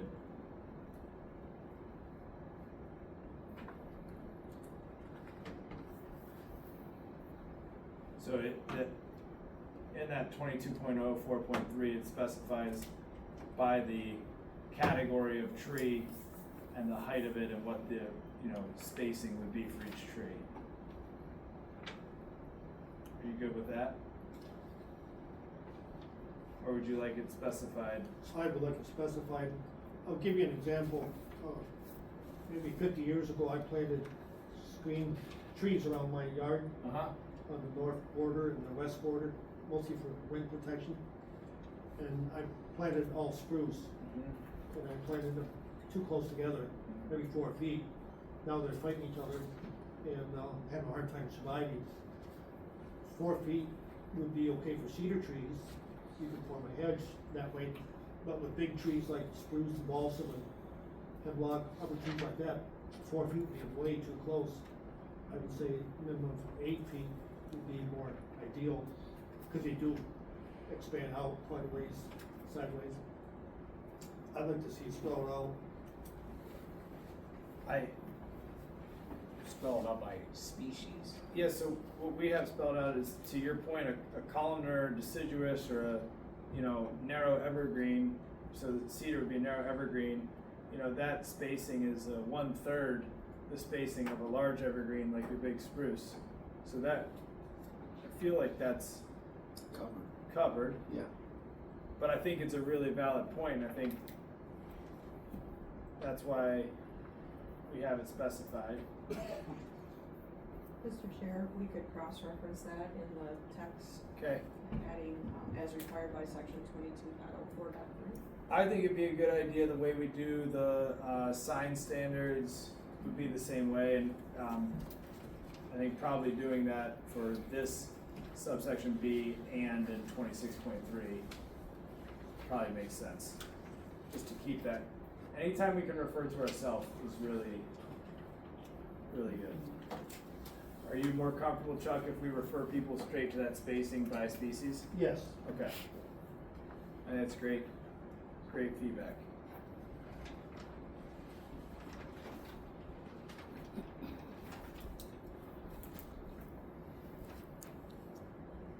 Shall we move to home-based commercial storage?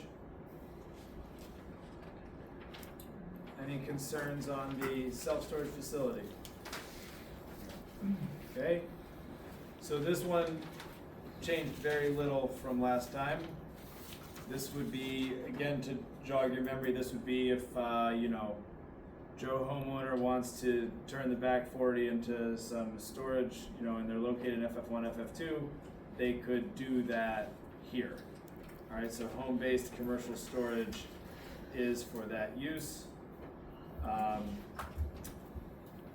And it's one storage building per property, storage use only, no sales, no servicing, owner occupancy requirement.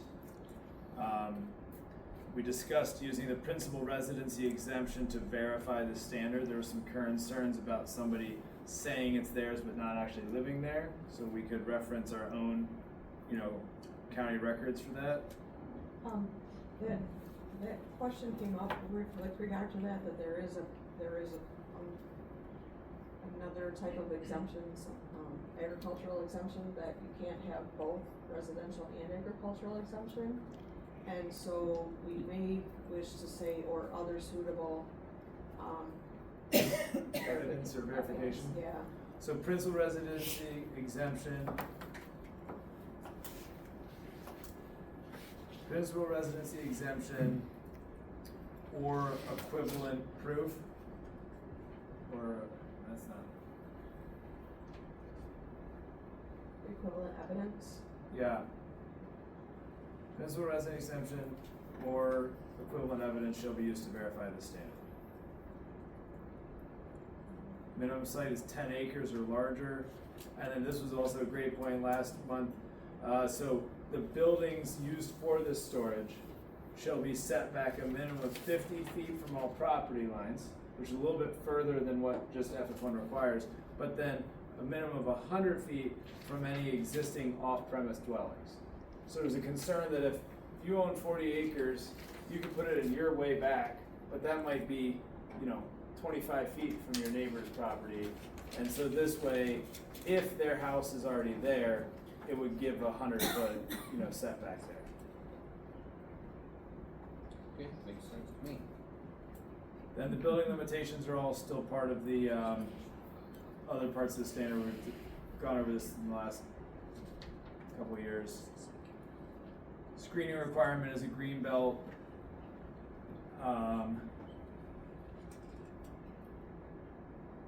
Probably this 0.6 should also reference 22.04, I would think. And then it can have a simpler sign, an 8 square foot sign.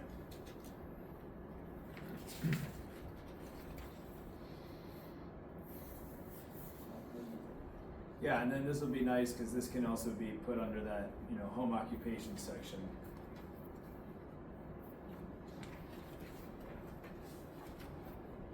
All right. Any other thoughts from the board on the draft as proposed and as modified on these standards?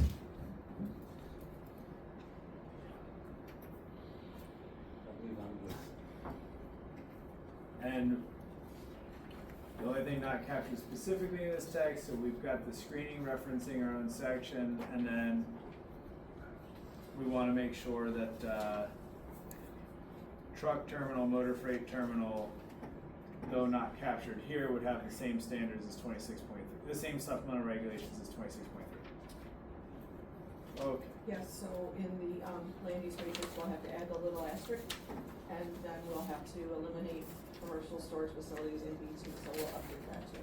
Correct. All right.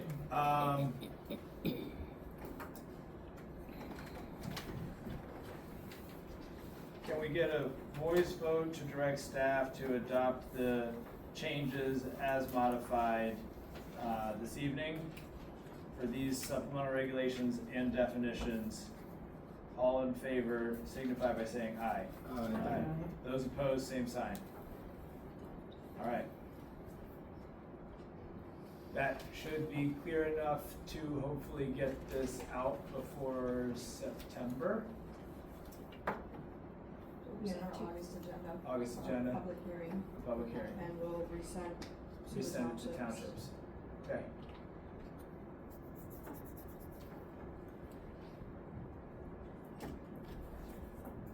Self-imposed deadlines are powerful motivators. So, yep. Okay, we move that to the beginning of the agenda. All right. Next item will be master plan conversation. So last month we provided to you the chapters on transportation and resiliency and asked for comments on both of those chapters. A couple of people from the public also requested those documents, so we provided those. One individual, Paul Buckmaster, did provide us some feedback on transportation. So we're still waiting for any comments that anyone might have with regard to those chapters, and we could go over those tonight, or you could certainly email those to us if you wish. Additionally, and some of you may have attended the Bear Creek Township Joint Master Plan, Joint Board and Planning Commission Master Plan discussion a few months ago. At that meeting, John Icoangeli, the consultant for Bear Creek Township, who works for Beckett and Rader, suggested that maybe a countywide, land use category be initiated and provided to the townships that have their own zoning and master plans, as well as those townships that have their own, master plan but are under county zoning. So, they put together a document that, I'm not quite sure why it's not up on the screen. But the document, lost my picture there. It's this guy? Yes. It's folded in the back of the packet. Shows them connected, but I'm not quite sure why it's not showing up on the screen, but, so Beckett and Rader put together a comparison of the other municipalities that have their own master plans and came up with a chart that shows what those, categories essentially refer to. So he's come up with a unified category, for each of those. So rather than try to recreate the wheel, we're calling low density, which would be one dwelling unit to per 2 acres, or one dwelling unit per 1 acre, consistent with the Farm Forest 1 and Farm Forest 2 zoning districts. And then it goes down, farm and forest category, which would be 0 to 1 dwelling unit per 1 acre. Recreation conservation, so larger, like 1 unit per 40 acres. Medium density residential, which is 2 dwelling units per 1 acre to 5 dwelling units per 1 acre, which would be consistent with our R1 and R2. And then high density residential, 4 dwelling units per acre to 8 dwelling units per acre. Waterfront residential, residential historic, mixed use, commercial corridor, urban core, and then industrial and airport. And then each was given a color coding, in the chart, so that we could be consistent across all townships. And Beckett and Rader is the consultant for many other municipalities within the county, so it would be great to have consistency across all jurisdictions, so that when a developer comes or a citizen looks, they could say, oh, you know, we have medium density residential, and that's always gonna be gold, or whatever it is. So, and it's defined with the description. This is also, I think, going to be presented at the next Bear Creek Township Master Plan discussion, so that hopefully we can, be on the same page with our future land use categories. So if you're satisfied with that, then we'll continue on with that approach. I just wanted to clarify on this grid with the coloration. This is just basically capturing every category from each township and lining it up with what it would be in the county. Yes. And so we're not adopting urban core at the county level, but No. we're saying that where urban core exists in Bear Creek Township is basically this color and elsewhere too. Yes, Everywhere it might else. be in the city of Petoskey. Yeah. We would propose So it'd be it. it'd be a sort of a harmonized map, but not, each township still that has their own nomenclature. It's just showing what the use is. Yeah, well, and they will be encouraged to utilize the county's category and nomenclature as well. Great. Okay. But So right now, right now, yeah, so right now, general commercial in Little Traverse Township is consistent with commercial corridor under, the county's proposed description. So when Little Traverse in the future updates their plan work, we would suggest that they utilize the same Got it. nomenclature. so urban core you're talking about, county would say urban core, right now Bear Creek says residential urban, but Bear Creek would potentially change that to be urban core. Yes. That makes sense. Yeah. I would propose maybe adding a district. I like that there's 2 commercials, but I think we're all kind of hinting at urban core is maybe a little excessive, but so probably commercial corridor is probably the high end, but then having maybe like a neighborhood commercial, something that's You're saying urban core is too too dense? Yeah, I just don't know where in the county you would say there's an urban core or where there would even. I think Bear Creek Township directly adjacent to City of Petoskey. It's debatable.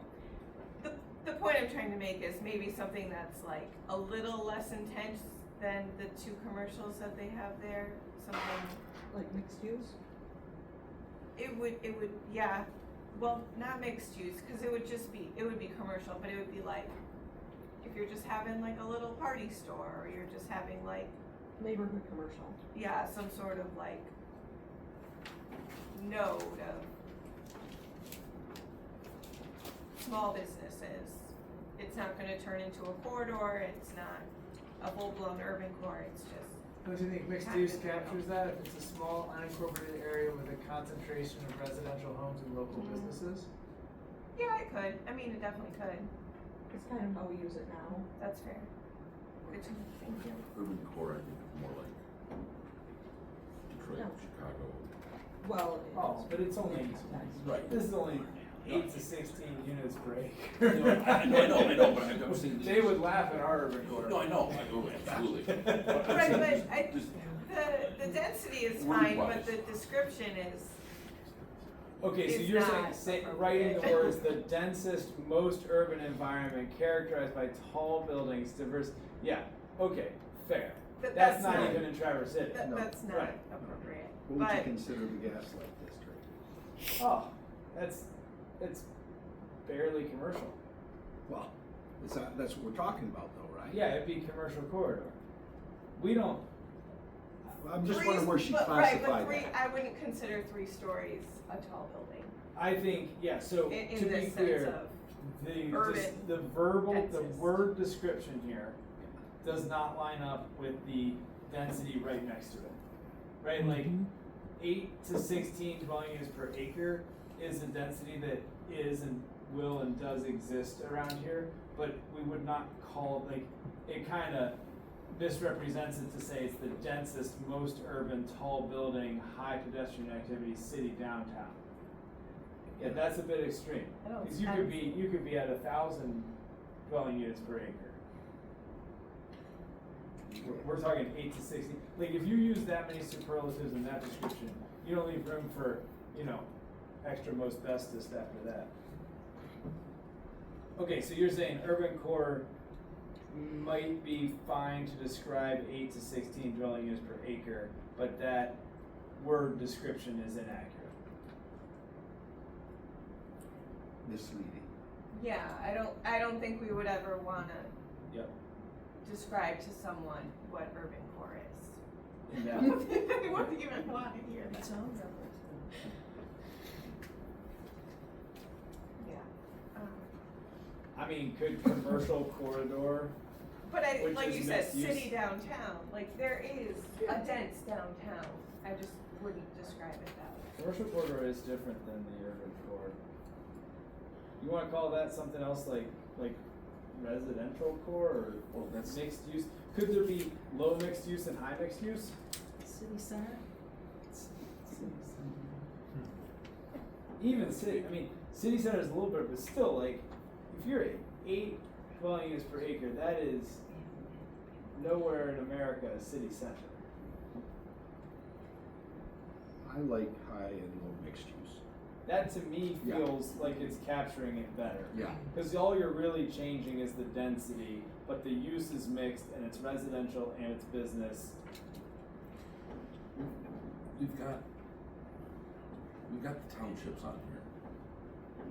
But would City of Petoskey then also be encouraged to adopt? Okay, so, I mean, there is a downtown and urban core. Yeah, but it's not the densest, No, most urban well, environment. well, it is here though. Yeah, I think if you had, right up in residential, we have low, medium, and high density residential. You could pretty easily do low density mixed use and high density mixed use and capture what we're describing. And that's distinct from commercial corridor, which is specifically along major arteria. Yeah, but I think it's also distinct from the urban core. We just don't have urban core. We've got like 2 blocks of it. I don't even Our think- version of urban core. Our version, yeah. Yeah. I mean, I think you still need it on there because there is still 2, 3, 4 blocks or whatever in the. but that could just be high density mixed use. What's it gonna look like in 50 years? Right. We can add urban core later. That's fair. Like this isn't a, we could add that later once, once we have 20-story buildings. As the world changes Yeah. or evolves, this will evolve. Right. Yeah, I think your point's well taken. Those words don't match the landscape or the density, but it's not the same thing as commercial corridor. Feels like if you did a low density mixed use, and honestly, that one's probably medium density. It's not, you gotta save the high density for something else, yet it doesn't yet exist. Is that feedback we can provide, John? Yes, thank you. And we got residential historics on there, that's, and none of the townships have it, but if you don't think, Yeah, but for Gaslight, I mean, if you wanna capture that in the city, they could do residential Maybe. historic. Thank Yeah. you. but maybe, that's what I was, yeah, so it's not on there because it's not defined as that right now, but it should be going forward, is that what we're saying? Yes. Okay.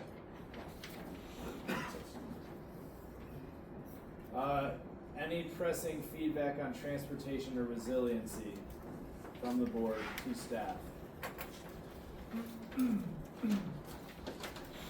Got one comment, page 4, resiliency, can get another blue paragraph. I don't know what to call it. We have 2025 ice storm, but you could have 2026 rain events, and 119 washout, Yes, I've known inland that. lake flooding. I mean, that really challenged, like, in it ways, continues to. in the ways no one has even conceived of. So I would even say we thought we were more resilient than we found out we were. I don't think it was the plan to put giant white sandbags on 31 extra crooked lake, but Yeah. They look great. do they? Yeah. The bigger question is what happens next. More sand. They're about as big as you can get. Yeah. And I apologize, did those chapters come through? They came through in paper last month and emailed after last month's meeting. I apologize, All right. Yeah, I don't think I saw it either in email. I'll look again. Laura sent it right after. And we sent them out to the people that went there. I had a mail, thank you for Okay. mailing that. I don't think, I'll check. We can re-email them. Yeah, I think I'm an idiot for making another copy. Yeah, we'll go I would, that's specifically for this. Yeah, you can need another copy of that. Okay, site plans reviewed administratively. Nothing. None. One agenda had the Burt Township communication for master plan. You guys got that notice? Yeah, they were having their meeting tonight, they're probably down already. What are you trying to say? Is that a dig? I think that was a dig. That was a shot. I think is that you? Big cheer for the foul. Yeah, this is about as pointed as it gets around here. Said out loud. All right, last item is commissioner comments. Any commissioner comments? So, okay. I was just wanting to say thank you for that was, I haven't got through the whole thing yet, but basically what does it come down to? Maybe? Well, here. Oh, hang on, Kelly. I'm sorry? Just hang on, man. On that item. Hang on. Thanks. Any comments not involving the envelope on your desk? Oh! I didn't hear that one. Okay, regarding the envelope on your desk, that was just delivered tonight. We will please read that and we will discuss that next month. Okay. We will go into closed session to discuss it next month, but felt like too short a notice to expect everybody to read it right now and then discuss it. Okay. So that'll be on the agenda next month for closed session. Yes, sir, go ahead, please. As it relates to that, because it is a privileged attorney-client communication, if you could just make sure not 50 keep it with yourself, I'm not sure anyone else outside of the commission. I can't put it on Facebook. And then to say that you're going into closed session, we will add a request to consider going into closed session, and that the board would have to decide whether they wanted to do that or not. And, Brad will provide us with a draft motion to consider doing that. My only commissioner comments that came up earlier was the battery energy storage, BESS and the data centers, and we talked about a couple months ago, and then the Beckett and Rader report down at the bottom had, 8 bill package through the state legislature, about that. We've been real focused on storage units. I don't want us to lose track of it, so, this discusses it. The Michigan Planner magazine that comes out monthly to everybody was all about data and AI, data centers and AI, so it has a lot of good articles that you would have gotten. It is pretty interesting, and I think we would be best to stay ahead of it as much as possible. And then I had one other comment. Oh, there was a public notice for the next Emmet County Zoning Board of Appeals meeting is discussing an appeal of a case of this board against this board. So if you want to review that agenda or that packet or attend that meeting, there's an appeal to a decision of this board, and that is, I left that in my printer, July 21st in this room.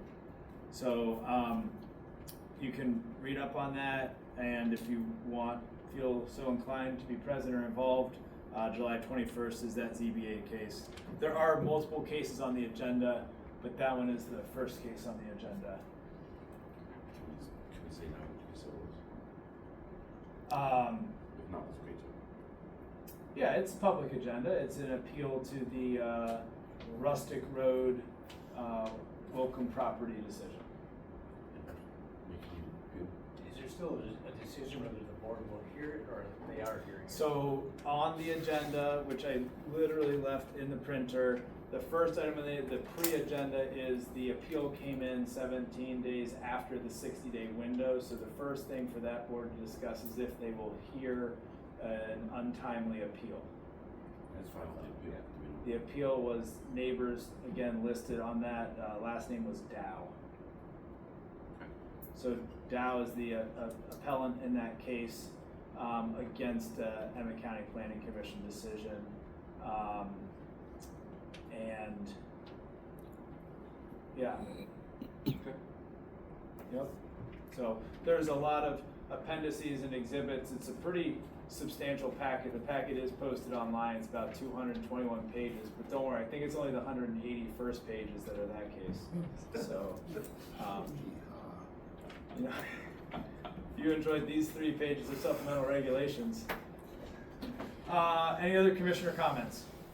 I'm not a commissioner, but I have a request. Please. So as we've been going through our master plan discussions with various stakeholders in our county, it's been very eye-opening and just really rewarding, I think, for me to be able to talk with people that wouldn't typically be involved in a master plan process, including students. We met with Megwitch Inc., a nonprofit organization in Lansing. We've been asked to meet with some folks from Bliss Township. We met with some folks from Littlefield and Lansing. It's been really great, and we do have a summary that we'll provide to you before the next meeting, likely in your next packet. But one thing that keeps coming up over and over and over is affordable housing. And there are just a few things in our zoning ordinance that we have looked at that might be able to make a little bit of a difference. I know we've made some changes already, but one thing is we have a requirement that a house be at least 20 feet wide for half of its length in all of our residential zoning districts, which prohibits a single wide mobile home in many districts. That is something that the state had proposed that all communities, allow or require all communities to allow. So that's something that I'd like to bring forth for your consideration. Another one is remove or reduce the parking requirements. Right now we require 2 parking spaces for each dwelling unit, and the state is proposing to eliminate or reduce down to one. I would think we would still wanna have one likely, but, that's something that I'd like to bring forth for you to consider. And then look at lot sizes again, just to see if where we should be for lot sizes. And then I think that recreational units need to be reviewed again. There seems like there, are a lot of people using those, and we really aren't enforcing those consistently across the whole county. I know that there are differing opinions on those, but I think we need to at least have a discussion. So if you're open to that, we'll bring a proposal for your consideration under other business next month, just to talk about. And on the parking spaces for dwelling units, is that, they're putting that all the way into apartments and townhomes? So our ordinance right now for parking requirements has different requirements for different types of dwellings, Right. so we would look at that section of our ordinance and then propose something based on what we have currently. I think anything, I know our tools are limited, but we still have tools, anything we can do to assess that makes sense. Thank you. With that, the meeting is adjourned.